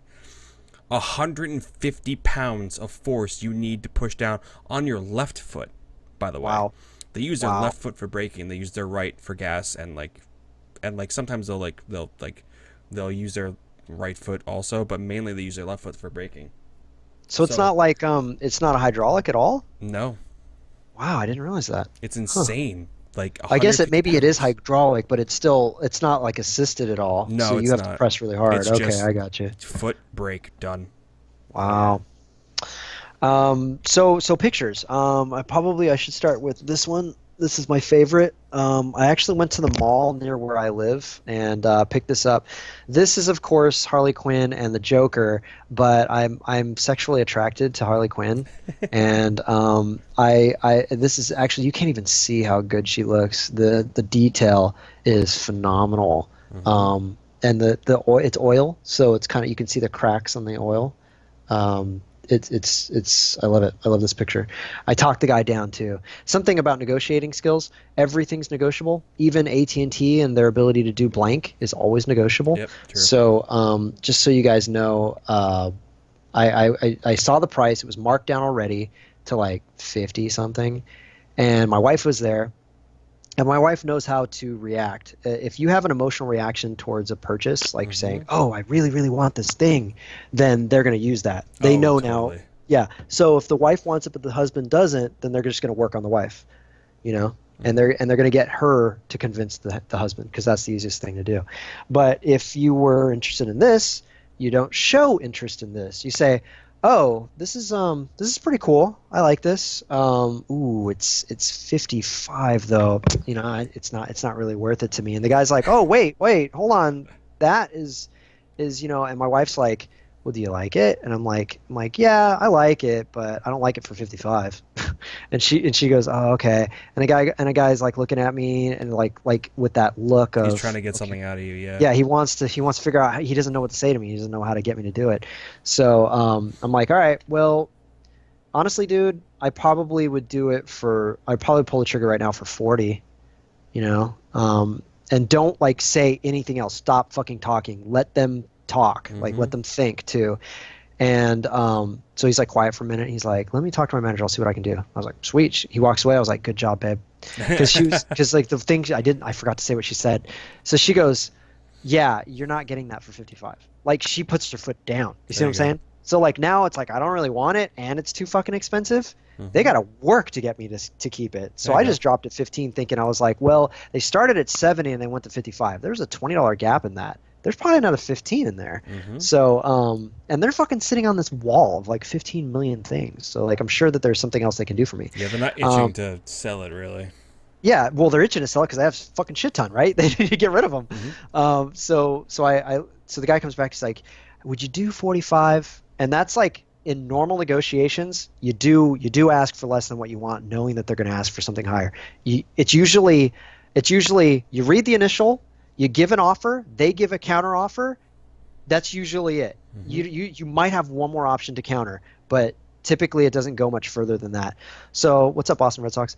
What I typically do is just say, like this time, I didn't really want it that bad. I thought it was cool, but I didn't really want it that bad. I didn't really want to spend the money really, but I thought it was cool. So I was being honest to the guy, and I still got what I wanted, because he's like, "Would you do 45?" I look at my wife, and she's like shaking her head like pissed off. And I was like, she really doesn't want me to spend more than 40 and spend more than 30, and I'm doing 40. So that set the expectation, right? Like he's like, "Oh fuck, he okay, well they just discussed something. I wasn't privy to it, but they're like, okay, I guess 40's 10 more. I guess we're still getting 10 more." So he's like, "Okay, we'll do 40." so I was like, "Sweet." And I grab it and I pull it off the shelf. I'm all excited about it. So that's the story behind that. I have a story for everything, by the way. There you go. This you can't really tell. But it's actually a 3D printed object, so it's kind of floating off the top there. And my buddy Ron over at Ben Q, the guy I interviewed for Newegg TV, turns out he's a super gamer and also a fucking really intelligent dude that like does a lot of different stuff on the side. One of them is 3D print. Now I'm not talking like Jerry 3D print, but super technical 3D print. Ooh. He disassembled his entire 3D printer and put it back together again to make it work better. Wow. Yeah, that's how technical. So, and the reason he did it was because he couldn't get the fucker to calibrate. He kept calibrating, kept calling them, kept contacting them, and then he was just like, you know what? He's like an engineer, I think. And he goes, "I'll just take it apart." So fucking just took the whole thing apart, looked at everything, made sure he knew how everything went back together again, put the whole thing back together again, calibrated like no problem. Oh wow. So that's like a super geek right there. Yeah, dude. Like I want to make. I love taking things apart. I do it, and then I usually I put it back together again, but they don't usually work right after that, or maybe like something is missing or there's an extra screw. Like I'll openly admit I'm not amazing at it, but I do love taking things apart. It's how I learn how they work. But that's how my mind works. I need to understand how it operates to get a good understanding of the principles under which it was built. So going backwards to about him and rebuilding that, he, like in terms of the things I would do, like I would never do that, but I would put something together that was technical. For instance, like an $800 quadricopter. Like, would you do that? Ooh. Oh, hell yeah. Are you kidding me? Yeah. Yeah. So have you seen that video of the one that goes like Mach 2 back and forth? It's not Mach 2, but it goes really fast. Yeah. You got to check it out. Somebody posted in somebody like Cell, if you don't mind, like it's super popular on YouTube. It was popular like 2 weeks ago. What's it called? I don't remember, but it's like quadricopter, super fast quadricopter or something like that. You don't have to worry about it. Like Cell's an awesome guy. He'll look it up for us. Thank you, Cell, by the way, in advance. Cell is in advance, thank you. Yeah. So anyway, that middle one isn't level. Yeah, it's not really level, but it's okay. I'll deal with it. In fact, most of them aren't because the camera itself is like all effed up. I think it's all RC bound. Thank you, sir. So if you can get that link to show them, and we can throw that up in the stream if you like. And the final pictures actually came from Jenny. Jenny had gone to not a Comic-Con convention, but like an anime convention or something. I forget where it was. And her and I are both big fans of the Crow. And this is an anime version of the Crow, and it's really sick. It's like super ornate, and I love the fire crow in the background. It's really cool. Yeah. And I just never realized it has two different color eyes. The right eye is blue, the left eye is light blue. Yeah, and he's holding like a katana too. It's pretty cool.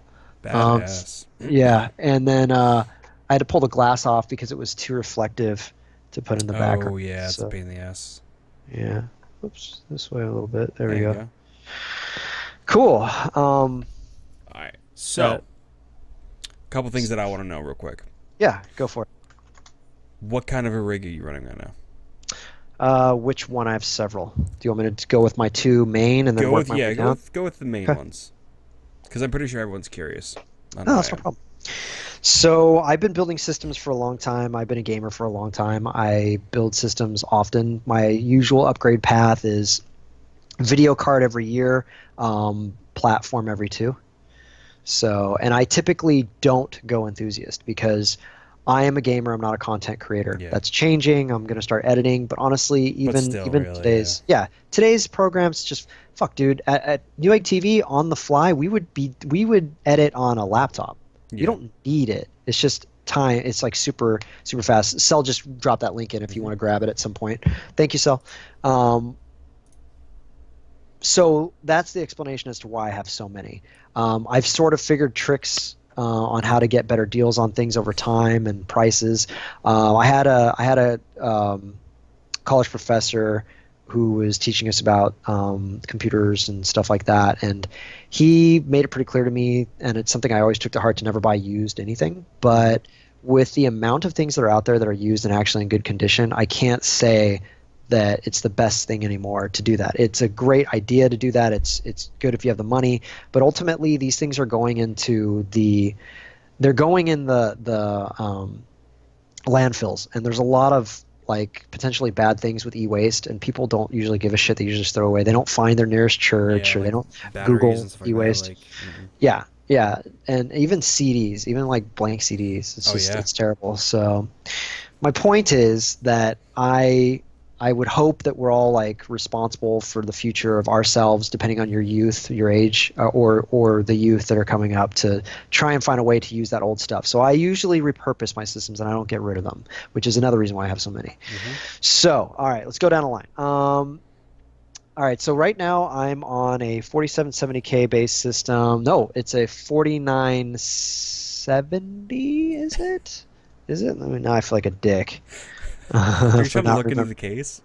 No, I just wanted to remember. No, this is a 4770K. I have three 4770K systems, I believe. Nice. Yeah, I think this is an ASRock Fatality board that it's in. I'm pretty sure it is.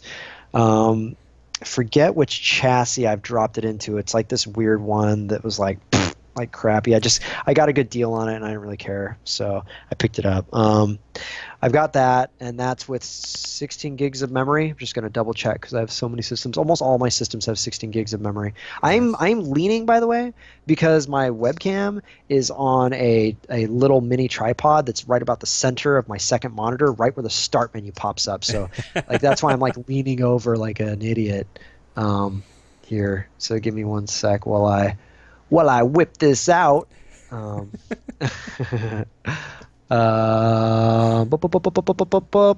And And most of my systems, by the way, get a rating of like 7.8, 7.9. Oh, nice. Yeah. Yeah, this is I have 24 gigs of memory here. That's a weird one. I probably because I had an extra 8 somewhere and I just threw it in the system. I have That's 24 gigs in mine, so. Yeah, I don't really. I mean, honestly, we could use it, but it's not like the biggest one. I've got a. By the way, a little while ago, I got a question from first or island guy that I'll add to the queue here in just a moment. But I just want to let you know that I just saw that last minute. And I'm kind of ADD, so like if I see something, I have to talk about it immediately. Oh, that's fine. I'm the same way. So yeah, so this is a 4770K with 24 gigs of memory. I'm running Windows 7 64-bit on most of my systems. I've got like one Windows 8 system. I might go Windows 10 primarily because of DirectX 12. I mean, that's like the only reason to go, right? I mean, it's the same thing with 7. It was like, oh, I got to get DirectX 11 or 10, I think, when it first came out, right? Yeah, it was. So that's this system. This is my primary streaming system. I built it recently because I do a show on my channel called Master of Minutes. It's at twitch.tv/Burial Grounds. We do it Wednesday nights with Defebwar, and she's an awesome co-host. I met her at PAX East like 2 years ago, something like that. So, but check it out Wednesdays at 7 p.m. Pacific time if you guys don't mind giving me a follow over at my Burial Grounds channel. I'm currently hosting the current stream that we're watching right now too. So, that being said, let me go backwards to the next system that I have. I actually built my very first X99 system. I'm very proud of it. That is my other main gaming system. So this is my streaming system. Then I have two main gaming systems. It's an X99 system with 32 gigs of memory. Yes, 32 gigs of memory in it. And I am rocking a Strix 980 in it. And I have SSDs in almost all my systems, at least 120 gigabyte, usually 256. I recommend a 256 nowadays just because Windows updates and everything. 120 is too small now because you get your OS on there. Like, and a couple games. Even if you don't put anything on there, it gets like everything. I learned this the hard way. Like, if everything just gets default to that, and then move your My Documents. Yep, it's just you got to like, move your My Documents. Yeah, like move everything over to the hard disk drive. So I usually have anywhere between a 1 terabyte, only like one of those, anywhere between a 2 and a 4 terabyte secondary drive. I use WD Red and black drives. I use Reds from time to time because it was like I got a good deal on it, or I had initially planned to run it RAID, and I was going to mirror it for protection and also use it for like video editing or something. Like I'm always like, well, I'll make a system out of that. You know, like that's always my perspective. Oh, but that's a good deal. I'll buy that now. Once again, going back to spending like a poor man. I just spent all the money.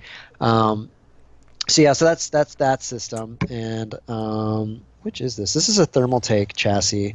Forget which one it is specifically. Oh, and I usually water cool most of my systems. I should say liquid cool with an all-in-one cooler. Across the board, I usually have mostly Corsair stuff, but I also have some Neptunes around here somewhere, some Krakens, and a couple different ones. So, and I usually do that because I get better overclocking results, obviously, out of that, depending on the thickness of the radiator and the size of the radiator.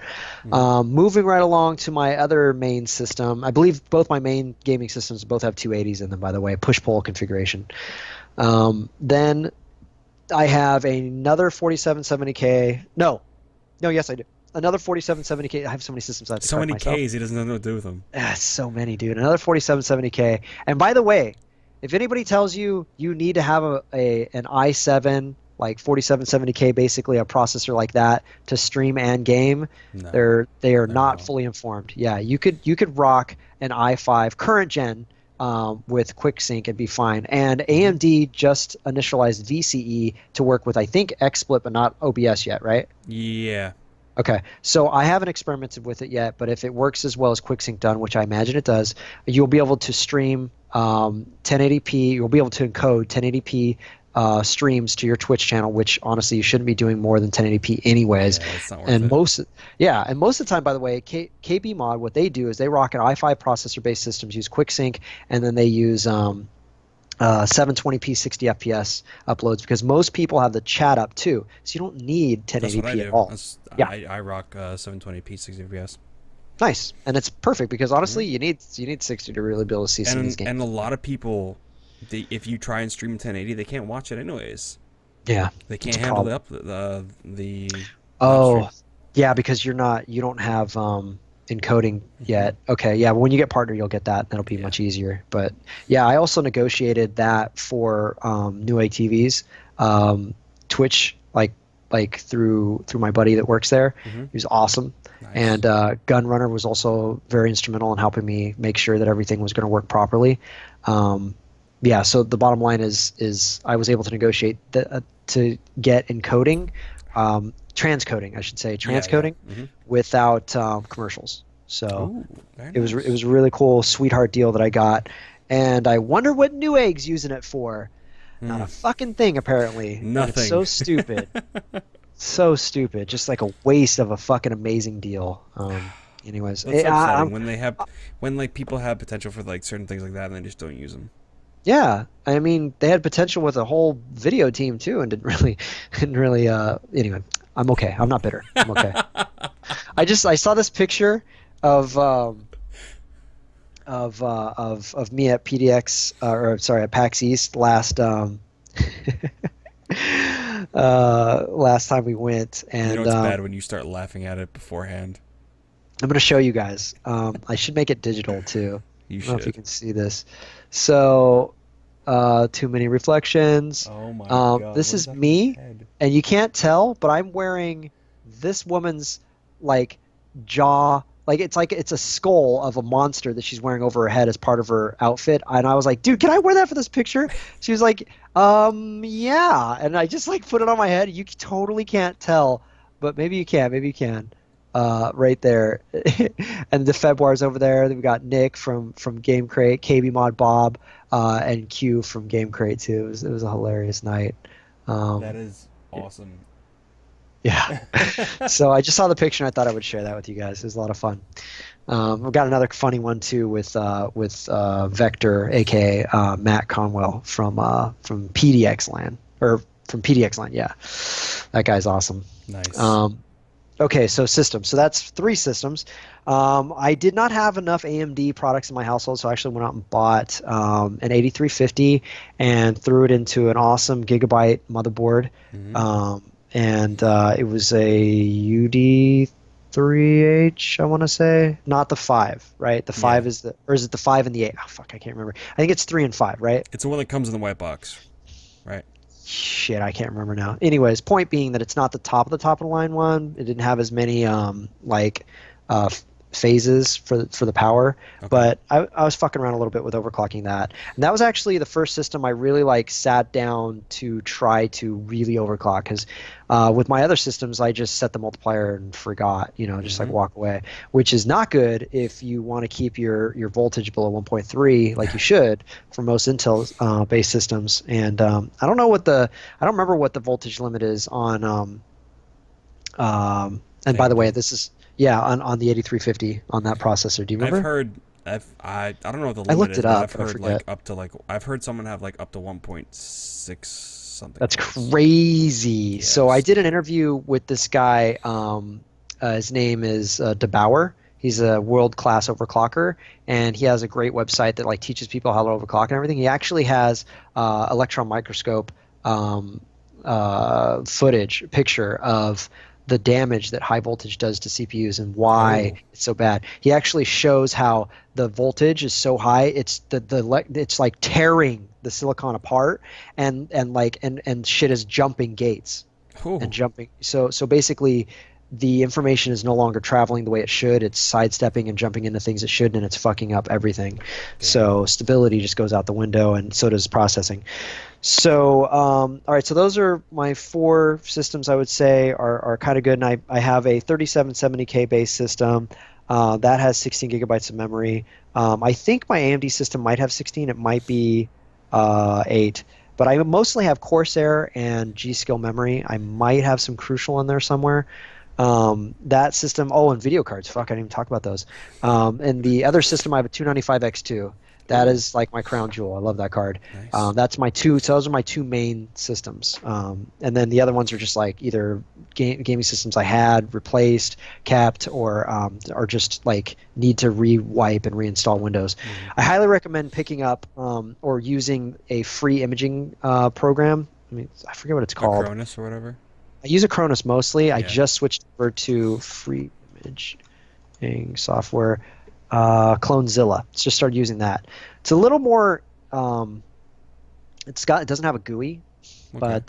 but it's like kind of DOS based or Unix based. But it's honestly really powerful and it does a great effing job. I really like Clonezilla. So if you are doing computers for friends, you're doing computers for yourself, and you're like the IT guy or family. That's a big one because family Oh my F shit. God. Oh, dear God, yes. Right? Yeah, So totally.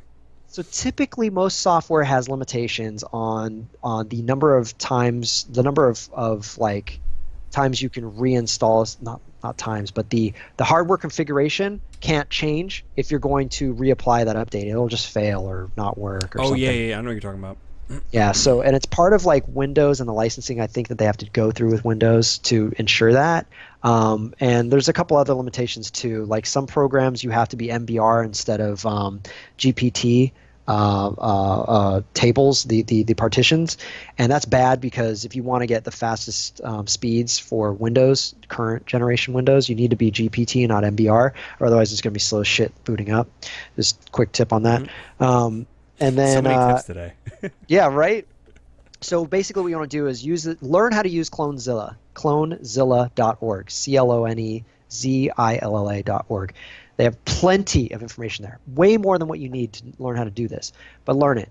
And what you're going to end up doing is making backups of every system you just wiped and reinstalled Windows for your mom or your sister or your cousin or your whatever. You'll reinstall it. You get all the freaking updates updated. You'll make a clone right after that. And the clone you'll store on a NAS or something else quick and fast that you can download straight to it. And every time they say it's effed up, all you do is say, "Give me your system."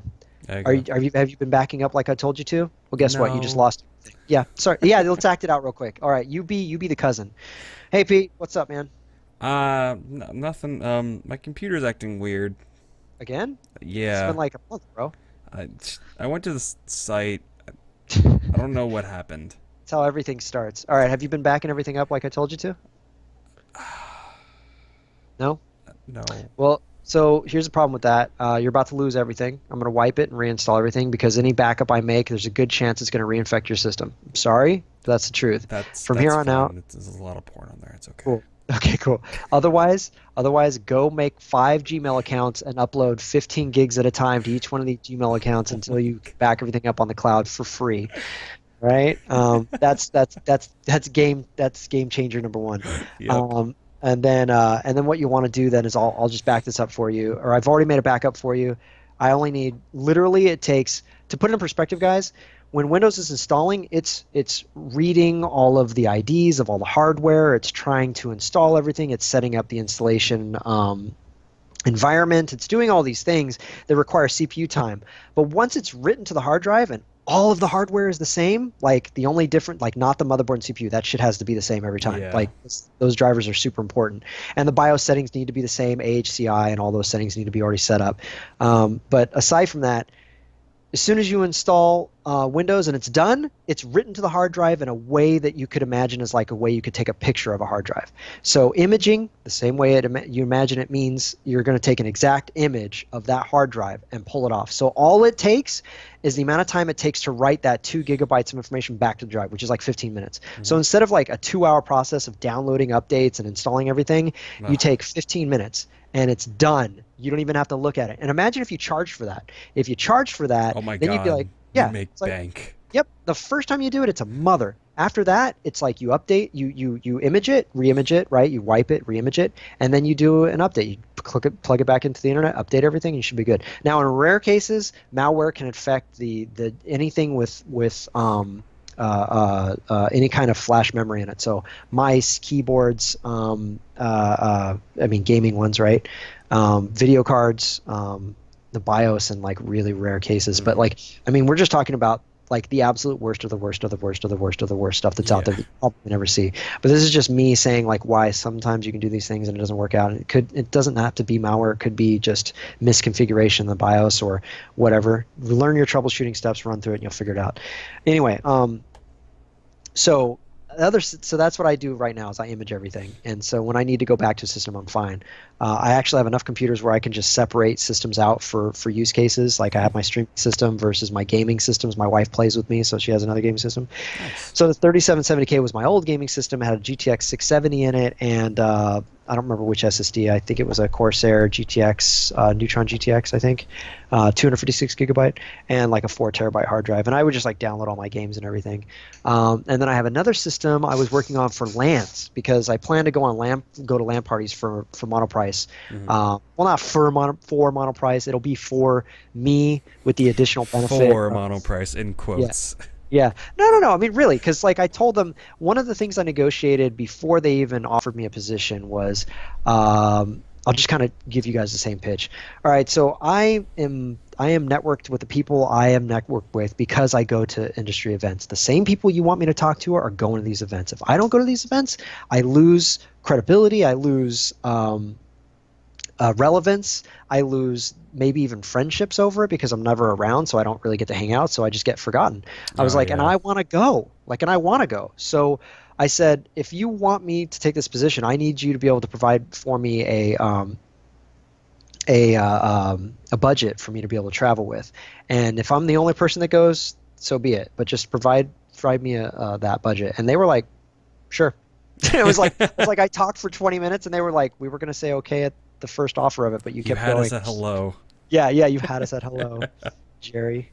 Yeah. So anyway, so my other system, I think I've covered the bases on that, and then the final system is the LAN box. I'm actually talking with Cooler Master and a couple other companies to get a small portable LAN box going, but right now it's a 4770K in a gigabyte. It's the TH7 UDH7 UDH7 I think it is. Anyways, it's the one that you can make a what is it called? A Macintosh with, a Hackintosh with. Oh, yes. So I had intended to do that with this system, and it also had Thunderbolt 2 in it, which was like, oh, that's really cool. Oh, I know exactly what motherboard you're talking about, actually. Yeah, it's the UD7TH, I think. A It ends with guy, a guy I work with wanted me to make a Hackintosh for him, and that's the motherboard I was going to use. Nice. Yeah, so I think I have 8 gigabytes of memory in that. Might not. I might have to grab the 8 from this one and throw in that one. There you go. 16. So I always like to have 16 gigs of memory. It's totally overkill. It's only because there's a small performance increase going from 8 to 12 gigabytes, and that was found out by Anantech back in like 2006 or 7 or something like that. Yeah. They were just like, yeah, by the way, you notice an improvement, but it's very, very small. So, and also once you go into higher amounts of memory, they don't overclock as high, and they're not as quick. Anyways, point being that it doesn't always equate out to more performance or better frame rate. Sometimes it's just like takes a long time for the electrons to go through everything. So It's like questions. microseconds, but Yeah, exactly. Yeah, but when they stack, right? Because you have so many modules of memory on there, they start to stack. They start to add up. So, what other questions do you have from? Oh, I have a question. you had a question, yes. Let me go back to. All right, so what time is it right now? 8:00. Jesus, did we start at 7? No, we started. We've been going for 2 hours. Yeah, and you're like, this. I want this to be like an hour. I'm like, all right, hour and a half the most. yeah. I can't even believe it. I'm glad you guys are sticking around. Though we're almost at 50 people. That's awesome. Yeah. Thank you guys. All right, so Island Guy asks. I understand you went to Monoprice. Newegg YouTube died months ago. The only thing I want you to go. Wait. The only thing I want you to go to do, I think is what he means to say, is kick Kyle in the balls the next time you see him. I can do that. Yes, I can do that. Absolutely. But yeah, Kyle would be like, what the fuck, man? I'm trying listen, to. dude, like, I don't know what to tell you. He's asked me to. He's a hilarious dude. I don't know if you saw. I was on. You were on Awesome Hardware. Yeah, I saw that. I didn't get to see all of it because I got home from work and then, so I'm going to watch the what do you call it, the playback later. That's on. cool, man. The VOD. Yeah, man. No I problem. love that. I love watching VOD sometimes. Like this, for instance, this will be up on YouTube. Cool. So that way people can watch it and all that good stuff. Because a lot of people, they like to like listen to like podcasts and stuff like that. So something like this they'll love to listen to. Oh yeah, and I'm glad I could actually provide some pertinent information that can actually help people out there that are. Oh yeah. I mean, everybody could use some help with networking. Oh totally. Even Yeah. it doesn't matter who it is. Everyone needs help with networking because it's such a big thing now. Yeah.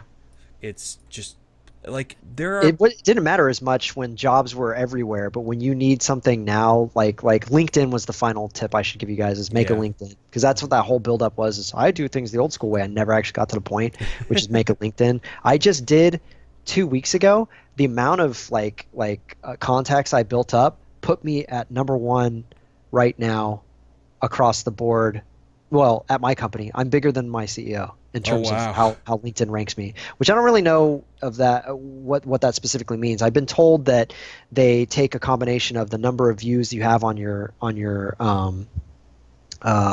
your page, your profile, and that plays a role in it. Also, the people you're connected to and how well they're connected, and how in the industry how high up they are at companies. So all of these things play a role in it. I'm on Twitch too because I'm partnered, so I wanted to make sure I mentioned that too. I'm on like number 6 or 7 right now, I want to say, Nice. in that, which is huge because the people I know there are more connected than I am. I don't know how I'm beating them. So anyway, that and then. Amongst my own connections, I'm on like number 6. So it's crazy. It's so crazy. Yeah. Social media now is just it's not an option anymore. It's something that you need to have. Like when they create a position for social media, then it's something that's huge. I've been reaching out to my LinkedIn for positions too. And just so you know, guys, if you do end up finding me on LinkedIn, I apologize if I don't add you. I just want you to know that I'm trying to keep my LinkedIn pretty slim. But I believe the way it works is you can still talk to me. I think you can. You can send still, messages, I think. Yeah. Yeah. And either way, you can always hit me up on Twitter. Like that's my Totally. community side, anyways. So I use Twitter more than okay. When I originally got a Twitter, I didn't think I was going to use it that often. yeah. Now I use it every day because Why? it's What so do you use it for? because it's so easy Information? to talk to people. It's Okay, yeah. Like when you want to connect with someone, it's so easy. Mm-hmm. Send It them a is. tweet and that's it. And it can't be longer than 160 characters. Or Exactly. whatever. So there's no like bullshit. There's no filler before that. Hey, what's up, man? Hey, Exactly. what's up, man? Like there's What's up, man? there's Hey. no back and forth like that. It's like, hey, message. This is what I need. This is what I want. Like that's it. You know what? Like, Can we do like a quick like role play something for fun, just for the sake of doing it? Sure. So my best friend and I, we do this every once in a while, right? We'll have a joke and we just kind of like run with it. So when you're talking on the phone to somebody, and you're like trying to hang up, but it's a new person, so you Oh, don't really know like what am I? Are they? Wait, did you say something else? No. Okay. It's Okay. All right. So all right, awkward. bye. I know exactly So- what you're talking about. So it's like, all right, we're going. All right, we're going. Bye. Oh wait, did you? Okay, bye. Wait, did you say something else? No, I thought you said something else. No, okay. All right, bye. All right, bye. All right, wait, bye. What? Bye. When are we gonna talk to you again? Oh yeah. We should talk about this. So, how long do you think we can go back and forth like that? Oh before- man, before- You can't repeat. You can't repeat. You can repeat one time, but you can't continually repeat. How about that? can't repeat Let's what try- exactly. Let's try and do a back and forth like that. I'm hanging up the phone with you. You're hanging up the phone with me. And this is a perfect example, by the way, of when you meet people online and you talk to them on the phone for the very first time. Oh, Because there's God. like this, because you're used to having like old school Roger Wilco or something running in the background where you could just keep talking, you know? So you're like, wait, is that okay? Are you good? Oh, I got this other thing, So anyway, I wish Kyle was here, but let's try it. You want to try it? Sure. All right. So, all right, man. I had a great interview with you, bro. I really appreciate it, Pete. It's always good to talk to you. So I just I hope you have a great day, man. Yeah. You too. Yeah. Yeah. Cool. It's Okay. It's been. Oh. Wait, did you say something? I thought you were gonna. But you just okay. Well, all right. That's cool, man. I'm sorry about that. Yeah. So all right, we'll catch you on the. I'll catch you on that other. Are you going to that other show? That other event? Yeah. I was planning on it, but I really gotta. I should get to. You got to get going. You got to get going. That's okay. You go ahead and get on. No. I'll talk to you. I'll talk to you another time. Yeah. Is that okay? Would that be okay if we talk about it later? We could. Like what time? Just I would say just real quick before we go. like in an hour and a half, maybe. Okay. Yeah, I Yeah, can do just- that. I can do that. Yeah. So you have a good day, and yeah, it's been a good time. It's been It's been awesome, man. Yeah. You have a good one, all right, bro. Never mind. Wait, what? No. Oh, you're gonna say something else. No, it's fine. Go ahead. Finish it. Go ahead. It's stupid. We'll talk about it later. It's fine. We'll talk about it later. Yeah, All right. it's okay. No, I've got this thing. I've got this thing where when people start something with me, I kind of feel like they're gonna say that they're gonna come back and talk about, but they never actually do. So I'd rather just come on out with it. Yeah, What I were you mean, gonna say? I had this thought like. Oh, I just got another call, man. Do you mind if I call you back? I gotta go. Yeah, totally. Yeah, you can definitely. Yeah. Yeah. Hit me up later. It's okay. It's fine. Okay. Yeah. Wait. I don't have your phone number. Oh. Crap. I'm just kidding. That's good. It's like, whose line is it anyway? It's so like that. Like I've gone back and forth 5 times with people before, especially really nice people. Actually, that's where it happens. The worst. Because it's like, hey man, you have a great day. And then someone tops it. You have an excellent weekend. You know that? You should continue. And Paul and I do this fucking with each other. He'd be like, no, you know what? You have the best day of your life tomorrow. You know that? You do that. If you don't do that, that's an atrocity. And I'll make sure it happens on the second day. It'll be great. Like, God damn it. Like Paul's signatures at the end of his emails was kindest regards, and my shit's like the common best regards. I was like, Paul, you fucking, like, the first time I saw it, I was like, Paul, you trying to be fucking one up me on that email? Like, are you trying to one up me on MSI's email right now? And he'd be like, no, dude, I always do that. I was like, kindest regards. I was like, kindest regard. I never heard that before. I've seen one other person do it other than Paul, and it was a person that I don't think he knew over at Kingston. Oh, God. And I was like, oh, did you know? I started typing, how did you know Paul does? Oh no, I don't want to say that. Nope. they don't need to know that. Like, that's You should just end it off, be email. like, peace, Steve. Yeah. Asterisk drops mic. I honestly think that'd be a really funny USB That'd be stick. amazing. Yeah, I have a USB stick that I want us to make that's in the shape of a microphone, so that people could take it and just drop it, just for fun, just for the sake of doing it. That would be awesome.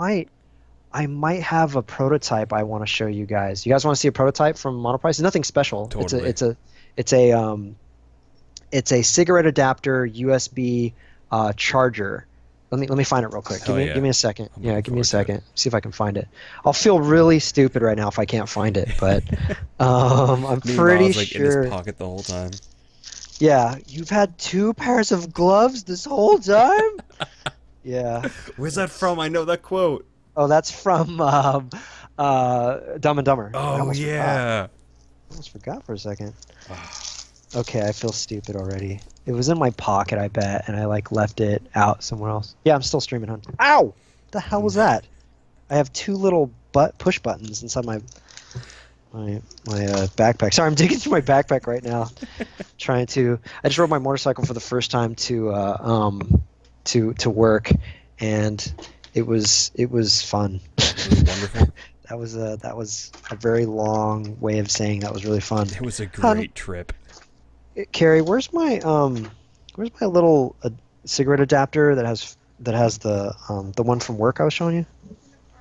Did I leave it in the car? I don't think I did. I brought it back in my pocket. It'd be hilarious if I dropped it on the way.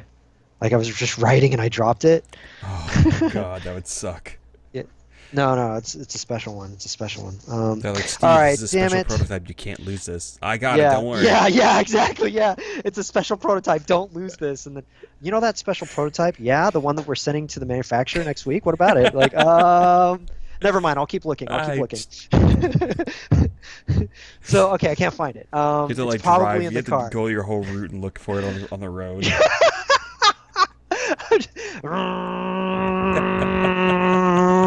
Oh no. Yeah, no. So I'm gonna have to describe it. I'm sorry. It's pretty straightforward. It's a cigarette adapter, but it has 4 USB ports for charging. Now, you might say, why do I care? Why is that special? I could use that. I don't know for exactly what to.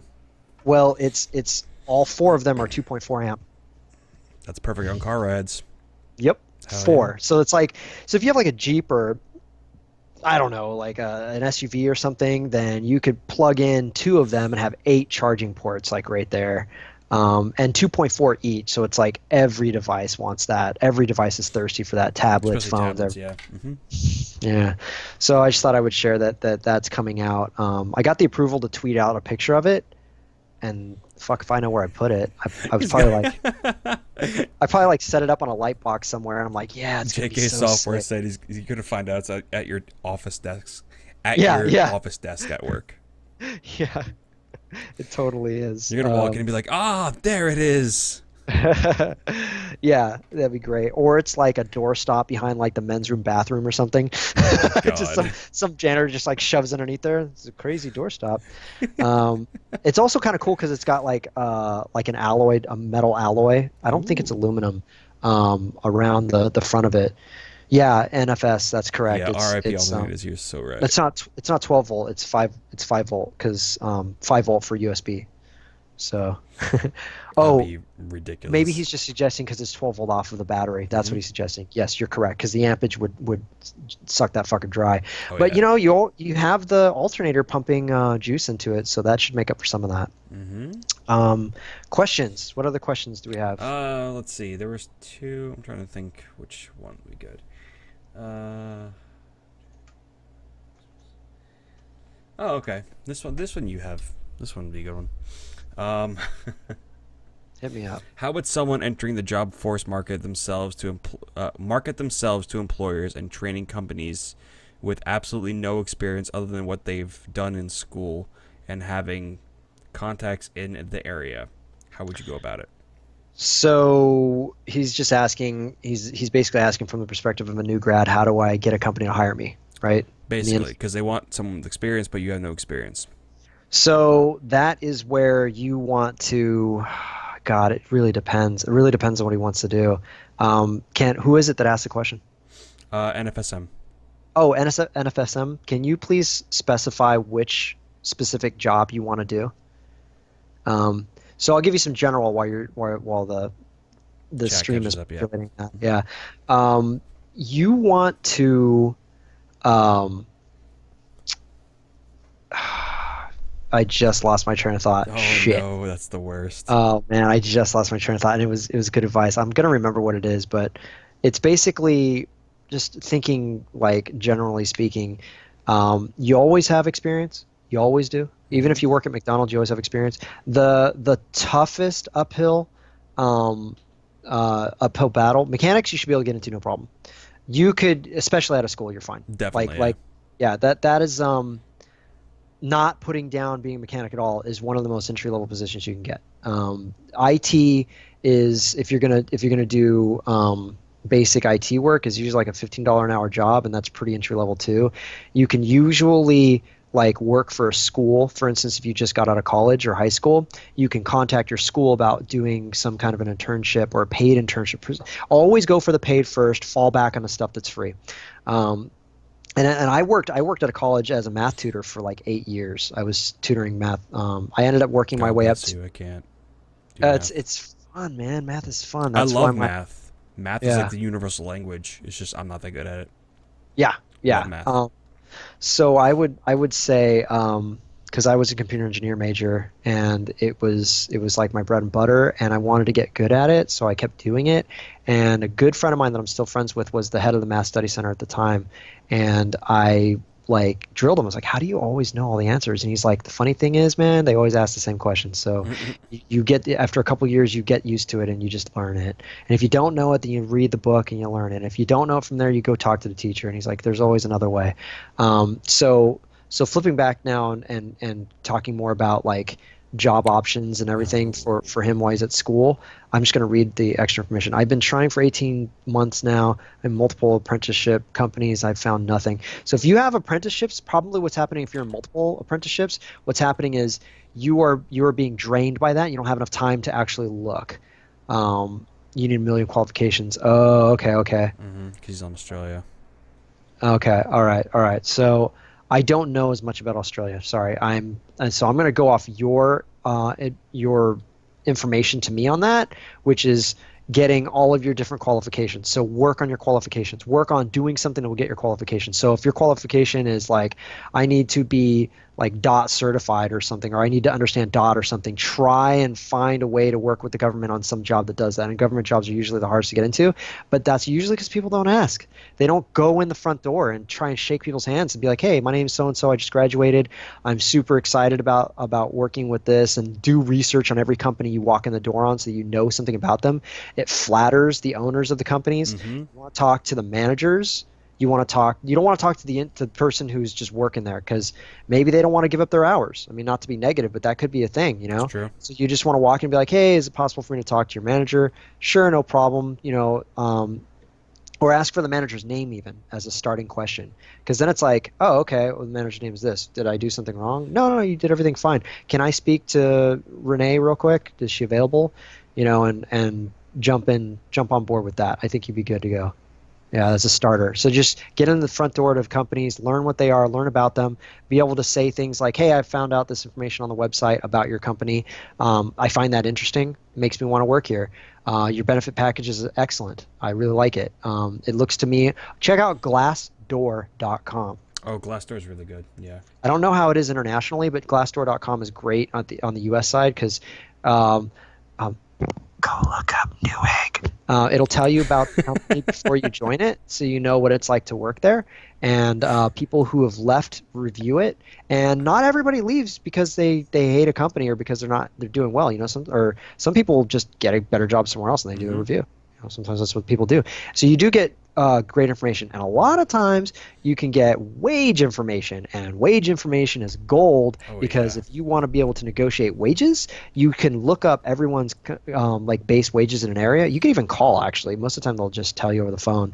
If you meet it with an HR side of a company, they'll usually just tell you like, oh yeah, base starting pay is this. So if you know base starting pay here, all around the area where you want to work with the exact same mechanic job you want to work at, you can average that and then say, all right, well, I know the average of this area is this. I need experience, though, so I'd be willing to lose $1 an hour and work here. And that's how you negotiate, basically. But you also be able to negotiate what you know. Right now, you don't have any work experience, which in a lot of ways is king, especially in like a depression. Yeah, it sucks. Yeah. Because they want you to have experience, but you have no experience because you don't have a job, but you need a job to get experience. It's just a shitty cycle. And this is all coming from I don't have a college degree in this at all. This is just me telling you my experiences. So don't let me make a situation be a no for you. Definitely do your homework, do your research, find out on your own. Oh yeah, totally. What else you got for me? Anything else? Back on relationships with like companies and stuff like that. Okay. I was thinking females. Yeah, really. Dark Shift asked, any thoughts about keeping up those relationships active once you have that contact? Yes, actually, this is coming directly from my buddy Jake, who went to college for this stuff, and this is just something that makes some common sense. And thanks for the question, by the way, Ben. I know Ben in real life; he's an awesome dude. So keeping up relationships, it is tough to do that. I think it's easier to do it on LinkedIn, but it's much better to shoot an email out, because I think it's something that's easier to kind of like bounce off people, that's not easily ignored. Like an email honestly can be ignored. A phone call, it's harder to ignore. Text messages is easy to ignore. So they kind of vary depending on if it's written versus vocal. Obviously, if you stop by a company, honestly, like there are some really good marketing reps out there. They will hit me up when they're in the area. When I worked at Newegg TV, they would fucking hit me up like that week. Like, hey, by the way, I'm going to be in town. Let's go hang out. It's important for them to do that almost as much as it's important for me to do that. So when I start traveling, I if it's not like a super booked week that I go, that's exactly what I want to be able to do, is hit people up, be like, hey, Jerry, I'm in your neck of the woods. Hey, Timmy, I'm in your neck of the woods. Like, what's up? Hey, Logan, you are new to these woods, but I am now in your neck of the woods. I want to be able to do that and hang out, because honestly, that's how you keep it going. And you could do like the common stuff, like, hey, here's a Christmas card or whatever. But if you're gonna do that, I always feel like I'm gonna take a page out of Paul's book on this, Paul Heimlich's book on this. If you're gonna solicit people, be funny. Be entertaining totally. somehow, right? David C over at MSI, fucking perfect example. And some of it was so funny it was actually shared publicly. David sent a picture. I don't know if you know David, big duty DJs, and he's also like helps out MSI. He's marketing side of MSI. Nice. He does a picture of himself going like this, and then he's like it says like no problem like in big letters. And he's like, you need anything from us? No problem. Like that's his thing or something. It's something ridiculous is what the message said like that. But it was so funny that like you like it's like Roger Rabbit said, a laugh is a powerful thing. Oh, And if so you true. get somebody to laugh, man, like you like that person. You want to hang out with that person. You want to do something for that person, and it's nothing tangible. It's nothing you can't say how much they want to do for you or anything, but it could mean like as small as a smile and a wave or a nod or that person's really cool. So and Josh is just a king of networking, so he knows tons of people. And he knows how to keep up people laugh. That is so Right? true, though. That is one of the easiest ways. That's one of the easiest ways to break the ice with anybody. If you can get them to laugh, you like that's half the battle right there. Yeah, The totally best agree thing with you on that. Totally. I'm just trying to read a little bit of what NFSM said. Yeah, I've been trying to get work experience, but to do that, I need to go through my job-seeking agency for insurance and whatnot, legal reasons, but they're shutting down, and I'm moving, so it'll be a while before I can do that. So what I would do is try and find like a guild or something of those workers, and even though you can't join it, try and get yourself in that community and talk to them. They'll help you. If you can't get into the guild or a group that is already doing the thing you want to do, try and talk once again to just because that company's shutting down doesn't mean anything. Don't let that shut you down. Look to the area where you're going to move and start looking up where you need to go. Even if it's one small thing you do every day, like look up areas in that thing, it's another step towards your goal getting done. So you have this goal, you know what you want to do, just do one thing a day towards that goal. Find a way to do it. It's like going to the gym. I haven't been doing it, but there's always time. You make time for the things you want. If you really want it, totally. you'll do it. And I'm telling you, man, over a month you'll have done 30 things. 30 things that that will help you towards that goal. So, yeah. God, some good advice tonight. Thanks, man. Real good Just advice. things I've learned on my own, how I got where I was. And by the way, Chris my buddy that I was telling you guys about earlier, he is fucking hilarious. He was like, I can't believe that I feel like his exact words are, I feel like such a schmuck. You work at Newegg? You fucking spun that award into a job at Newegg? He's like, I feel like such a schmuck. He's Oh my like, God, he's how did I not do that? Yeah, he's like, how did I not do that? Like he missed the opportunity. He didn't realize it was there. And I wouldn't say I capitalized on it. I don't like the way that sounds or the way I feel when I hear things like that, because that's It not sounds what like I'm you're doing. like an opportunist when there's No, something like that. Yeah. I'm really like, I recognize advantages. I recognize knowing people. I recognize talking to people. It's just all those things together. I'm not doing it. Like if ultimately they were like, fuck off, I don't want to help you, I'd be like, oh, well, I don't want to be friends with you then either. Like just because of their attitude, But if they were like, I can't help you, or I don't really feel like you would work here, it might be offensive, but I'd be like, all right, that's fine. And I would move on, But I wouldn't like hate them. Like I've had bad experiences with bosses in the past where maybe I was fired or something, right? And I just kept in contact with them because I ultimately didn't blame them for it. It was my mistake. Business. Yeah. Try to it's hard for me to do that too, but try to see business as separate from that. But ultimately, even the people who say business is business, they get pissed too. Everybody gets emotional in business. It's just part of it. Yeah. Because you put your everything into it. Oh yeah. It's not just like because then you start to think about it. You're just like, wait, was it something that I did though? Like, yeah. Did I piss someone off or something like that? Do I have to buy someone a drink or cookies to make it up for it? Like what? I do think that there is some truth to that, by the way.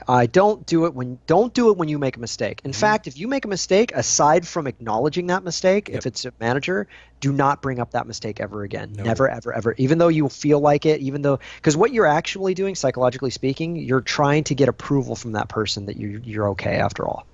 when ultimately that's not their job. It's your job to rein your fucking emotions in, you know, like, and it's tough because I do the same thing.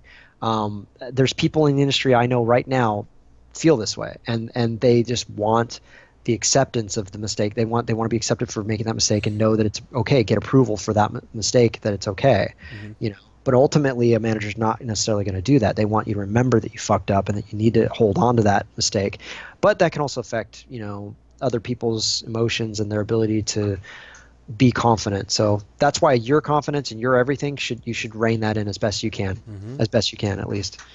Yeah. So I'll tell you guys about Josh Gray. Are you guys familiar with Josh Gray? Are you familiar? Josh, I'll give you a link here. Hold on a second. You're like, I'm typing. Hold on, quietly. I'm typing quietly to look up who you're talking about.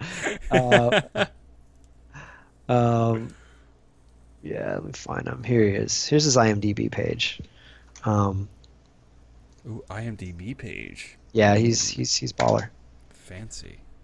Sure, let's do that. Yeah.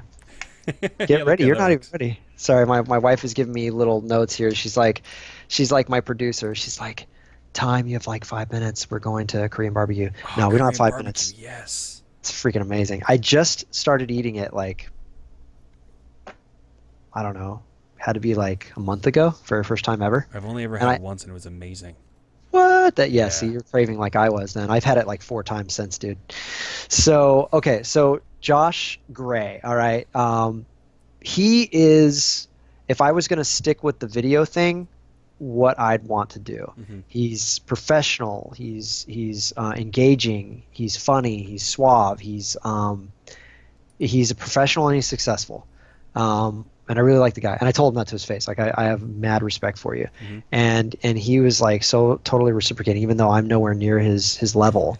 But you know, like that's his thing. He's just really good. Like, you watch him get prepped before he does like something. He'll have his cue cards. He'll go over in his head like exactly what he needs to say. As a presenter, you know, you have to do that. You have to memorize the shit you're going to say, and then you say it as if you're reading a teleprompter. I'm 10 times better with a teleprompter. You give me a teleprompter, I'm fucking Anchorman.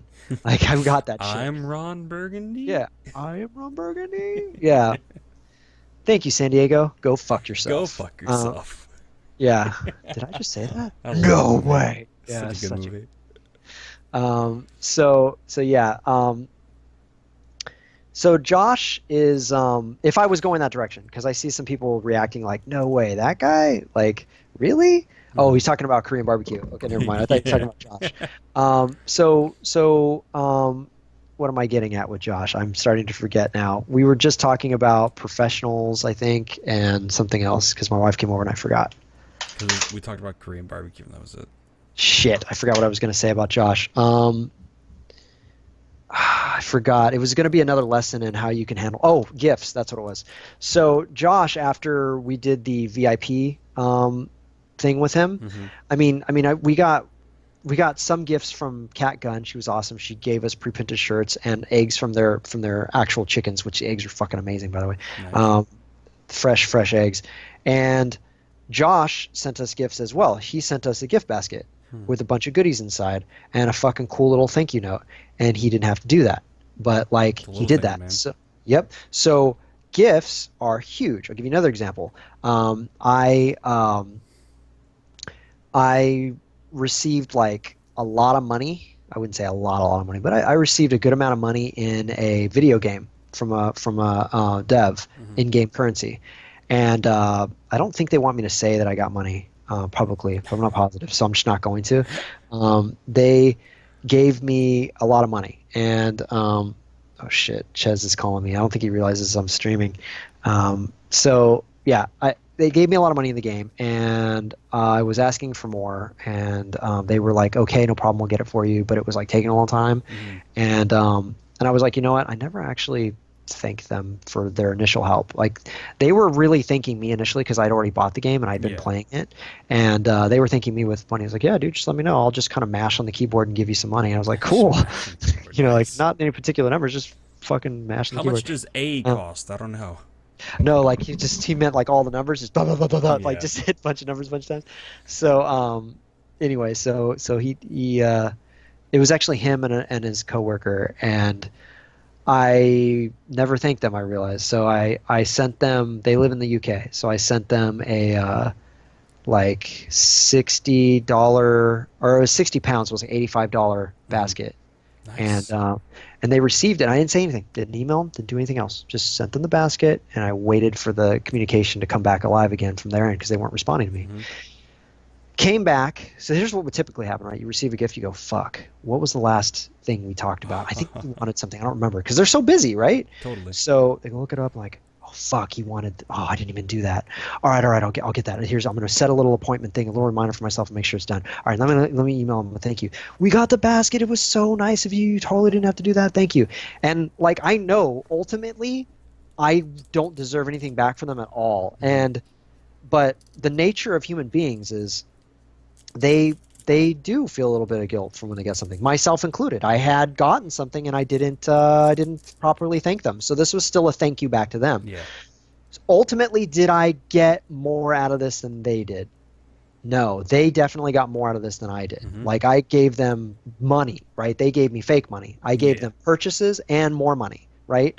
So I tend to gauge my help for people like that. I tend to want to give more because I know ultimately you can never come back to me and say, oh, you just did that because they'll do this for you. Oh, you just did that because they'll do this for you. Like Ben knows. Like Ben and I have this game war where I'll let him kind of say, like, we just basically, I gift him a game, like AAA tier game, whatever, or maybe it's like a $20 or $60 game, like something around there, right?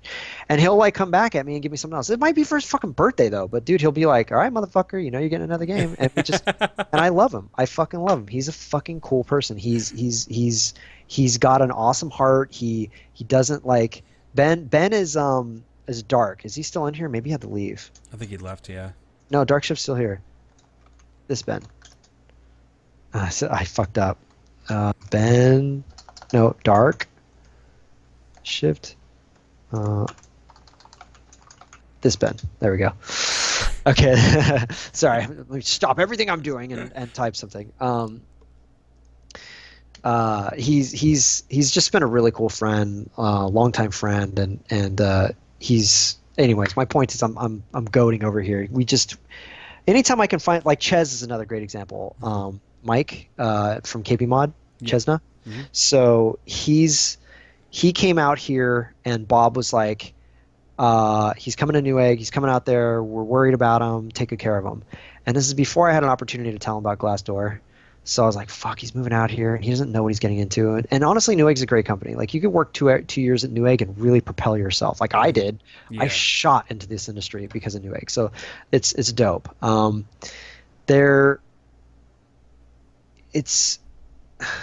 I felt terrible because I didn't have a chance to like tell him kind of what to expect and how to conduct himself and everything. And Ches is good at that. He was fine, but still I wanted to, give him a little chat. And Mike basically got there and I was like, look, like instantly I felt close to the guy because I was told to take care of him. So I'm like bringing him on my wing, and I'm just like telling him all the things I was warning him about, really briefly, not like a huge list of things, but just basic stuff. And he like really took it in. He was like, thank you. That's really awesome. Thank you for all that information. He didn't believe me at first, but he took it in.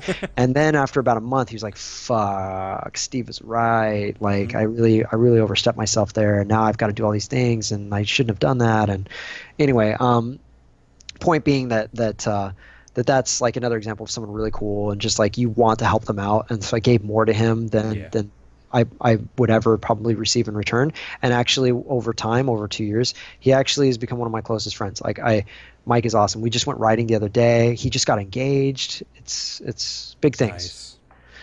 Big things. That's awesome. Please hit me with something else, man. I feel like we're going 3 hours and I've answered 4 questions. Yeah, no, that is true, but the very long-winded question. Yeah.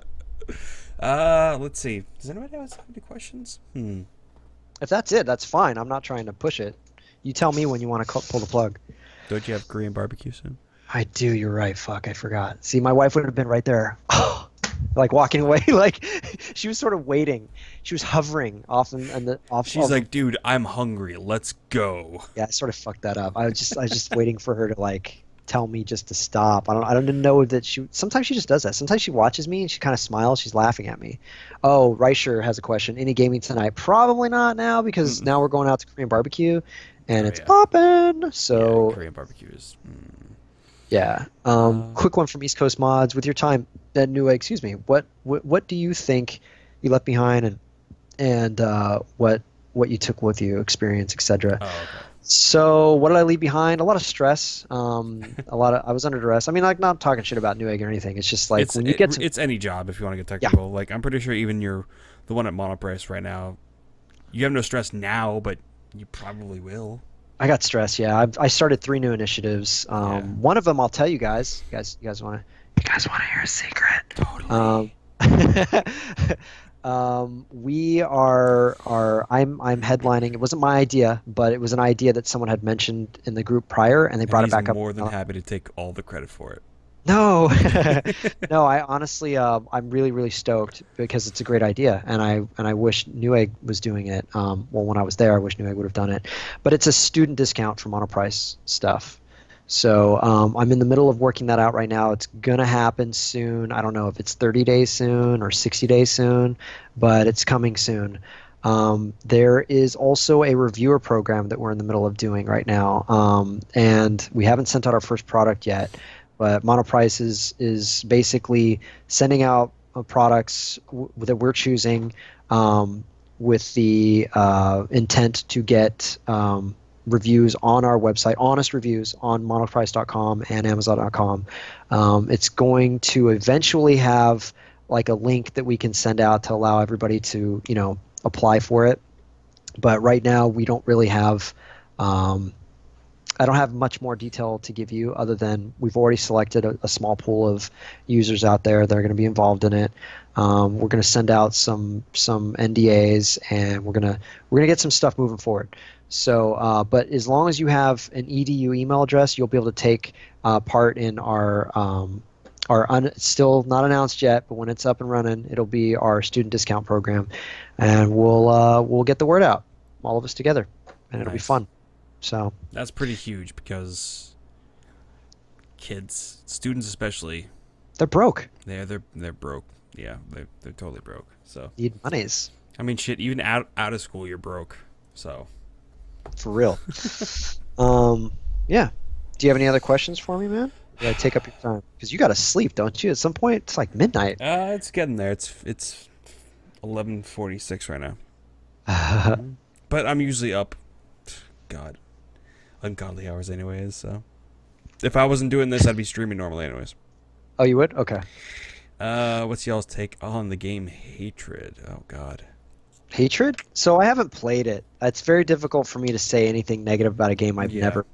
I can say that it's a hot button topic. What about the whole the Twitch banning adult only games? So Twitch, if you read the blog post carefully from Twitch, they say we've been restricting games. I'm partnered. I didn't fucking know that. So I could have easily, in one of our Master Minutes, streamed a game that was a a banned game. Mm-hmm. So that would be really bad. Yeah, it would. In fact, I meant to mention this to you too. When you start putting stuff up on YouTube after you're partnered, you actually have to give, as part of your contract, you have to give Twitch 24 hours exclusivity for all your content. So I don't know if you know that. I didn't. So I actually, know that. No. Yeah, I read the contract and I was like, oh shit. Yeah. So, anyways, I mean, I'm not surprised that they banned adult-only games because let's be serious right now. Like, it's pretty wide girth. Yeah, it's only just what I think a total of like 20 something games that are actually rated adult-only that you can actually play. Mm-hmm. So, I mean, it's really not that big of a deal if you ask me. If you have that much of a problem, you can go to Hitbox. There's no rules on Hitbox. Yeah. Absolutely no rules on Hitbox. I remember I went onto Hitbox one time and someone was streaming, what movie was it? Birdman. Huh. They were just playing Birdman on there for like hours. I'm just like, hilarious. All right, well, okay. Yeah, so, I would not want to. Hitbox is going to get hit with some legal suits there. Well, they're in Europe, so they can really they don't really have to worry about a lot of things. Shimmykins, that's because Linus knows somebody, and I'm sure that he wrote that into his contract before he signed anything. Yeah, anytime you bring up anything and Linus is involved, he is always the exception. Because he realized that it would be an issue, so he changed it. Myself, I didn't care. It wasn't that big a deal. Hottest female tech reviewer, go over paper. Kyle. Kyle. Totally Kyle. Totally Kyle. He is so hot. Have you seen his thumbs? They're really short and stubby. I don't know why that makes him hot. Does he have but I toe think that's thumbs? Funny. He has toe thumbs. He has toe thumbs. Just bring it up next time you talk to him. Hey, Kyle, I met this girl. She had the ugliest toe thumbs ever. You gotta hate those too, right, bro? And he'll be like, I have toe thumbs. That's why I don't like Megan Fox. Oh, she has toe thumbs? She has toe thumbs. I'm bringing Mike into this conversation. Hey, man, I'm live streaming. I'm being interviewed right now. I'm sorry I'm lagging. Chet. We're heading to the Korean barbecue. Are you coming with us? Yes, we're coming. Sorry. How much more time do you get there? We're going to be there in 5 minutes. Oh, good. Yeah, so we're 5 minutes. all right. If I take the bike, I'll get there in 5, but I don't think Carrie will be there for like another 15. You have to run. We'll wait for you. No problem. Get a couple beers flowing. I'll have There you one go. with you. All right, I'll see you in a little bit. Awesome, Take your dude. time. No worries. I the Greek says hi, by the way. He's like, All yeah, right, great. Okay, bud. Later. Okay. I don't know if he knew you or not. So, all right. You ready? One last question, dude. I think I do have to go. That's fine. I don't think we have any more. I just want to say, this was awesome. By the way, this was great. I loved it. I loved every single second of it. It was so fun. So did I, man. It was way more fun than I actually thought it was going to be. I was thinking to myself, I was like, oh, I'm going to get hit with a bunch of tough questions, like what's going on at Monoprice and like, whatever. I don't know, because a lot of that stuff is I'm building it now. I can't talk about it yet. Yeah, exactly. So it would be a really boring story at this point. I don't be boring. Mm-mm. Yeah, I'm digging you, man. Like I'm digging you yeah. way more now because now we had a chance to hang out and build what's called a rapport. A rapport. A rapport. Yeah. So and this, guys, is why you wanna try and interact with the people that you want to get to know because you have memories between those people and it's like you can talk to them and laugh about it or whatever, Totally. So Definitely, this was a lot of fun. We will definitely cool. get together soon. That is Right so on. true. So, do you want to say goodbye to the stream before we hang up? Absolutely, I'd definitely like to do that. And I'm assuming Go and plug yourself too, obviously. cool. And I should guess to. I'm guessing that we'll probably stay connected to the phone call after you cut stream. Yeah, assuming, for a like a minute? minute Okay. or two, yeah. Okay, cool. Yeah, so thank you guys very much for both watching and Pete for you having me. I appreciate it, man. It's been a blast. Pleasure, dude. And if you guys want to follow my antics further down this rabbit hole that is Steve, you can follow me on Twitter, which is Steve_OMG. And you can get me on the Twitches, which is twitch.tv/Burial Grounds.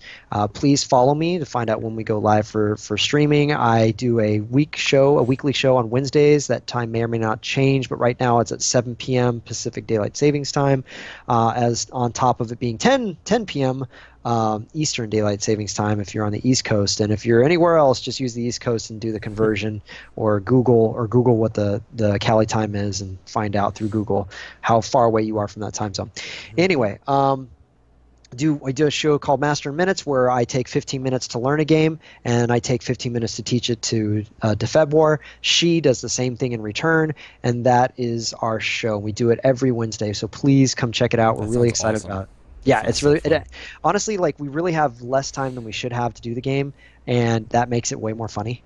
So, and oftentimes we play shitty games, so most of it's just going, oh god, that's how you do this in this game? Like, it gets funny. It gets funny on how bad it is. And then to boot, the entire stream votes in our straw poll on who wins. So you vote who goes first, who gets to teach first, and who wins, basically. So just come check us out. It'll be a lot of fun. I like it. And cell processing is plugging. There's a Bitly if you want to watch from KB Mod's perspective. It's a dual stream that we have, multi-stream I should say, we have set up with KB Mod. The Bitly link is bit.ly/M master capital I in capital M minutes. So master in minutes, camel cased, capitals of first of each word, all together with no spaces. So come check it out, guys. And thank you once again. I the Greek, you are the man, and I can't wait to hang out with you and game with you some more. Definitely. Maybe we actually definitely meet you for once. For I know, fuck's sake. right? PAX Amazing. East? Would it be PAX East? I want I'd to go see to it? PAX East so badly. Oh. And So I'm probably gonna go next year. okay, so it's coming up next year, and I have a connection for. You'd have to pay for your tickets, but you'd get exhibitor pass for like I could 90. drive there in 3 hours. Okay, so figure out the hotel and everything. That's usually the biggest bitch. But I would do hotel, and I would get the exhibitor badge because then we can enter and leave whenever we want to outside the times. So I'll talk to my buddy about getting it, but just email me on my Monoprice email about everything we talked about before the stream and this. So Totally. all right, stream. cool. It's been fun. I hope you guys enjoyed. I know I did. This will be uploaded to YouTube. I'll say probably tonight. Actually, it'll be up by tomorrow, sometime tomorrow. But thanks for hanging out, guys. Appreciate it immensely. I hope you guys had a good time, and we will see you next time. Wave goodbye, Steve. Bye. Guys.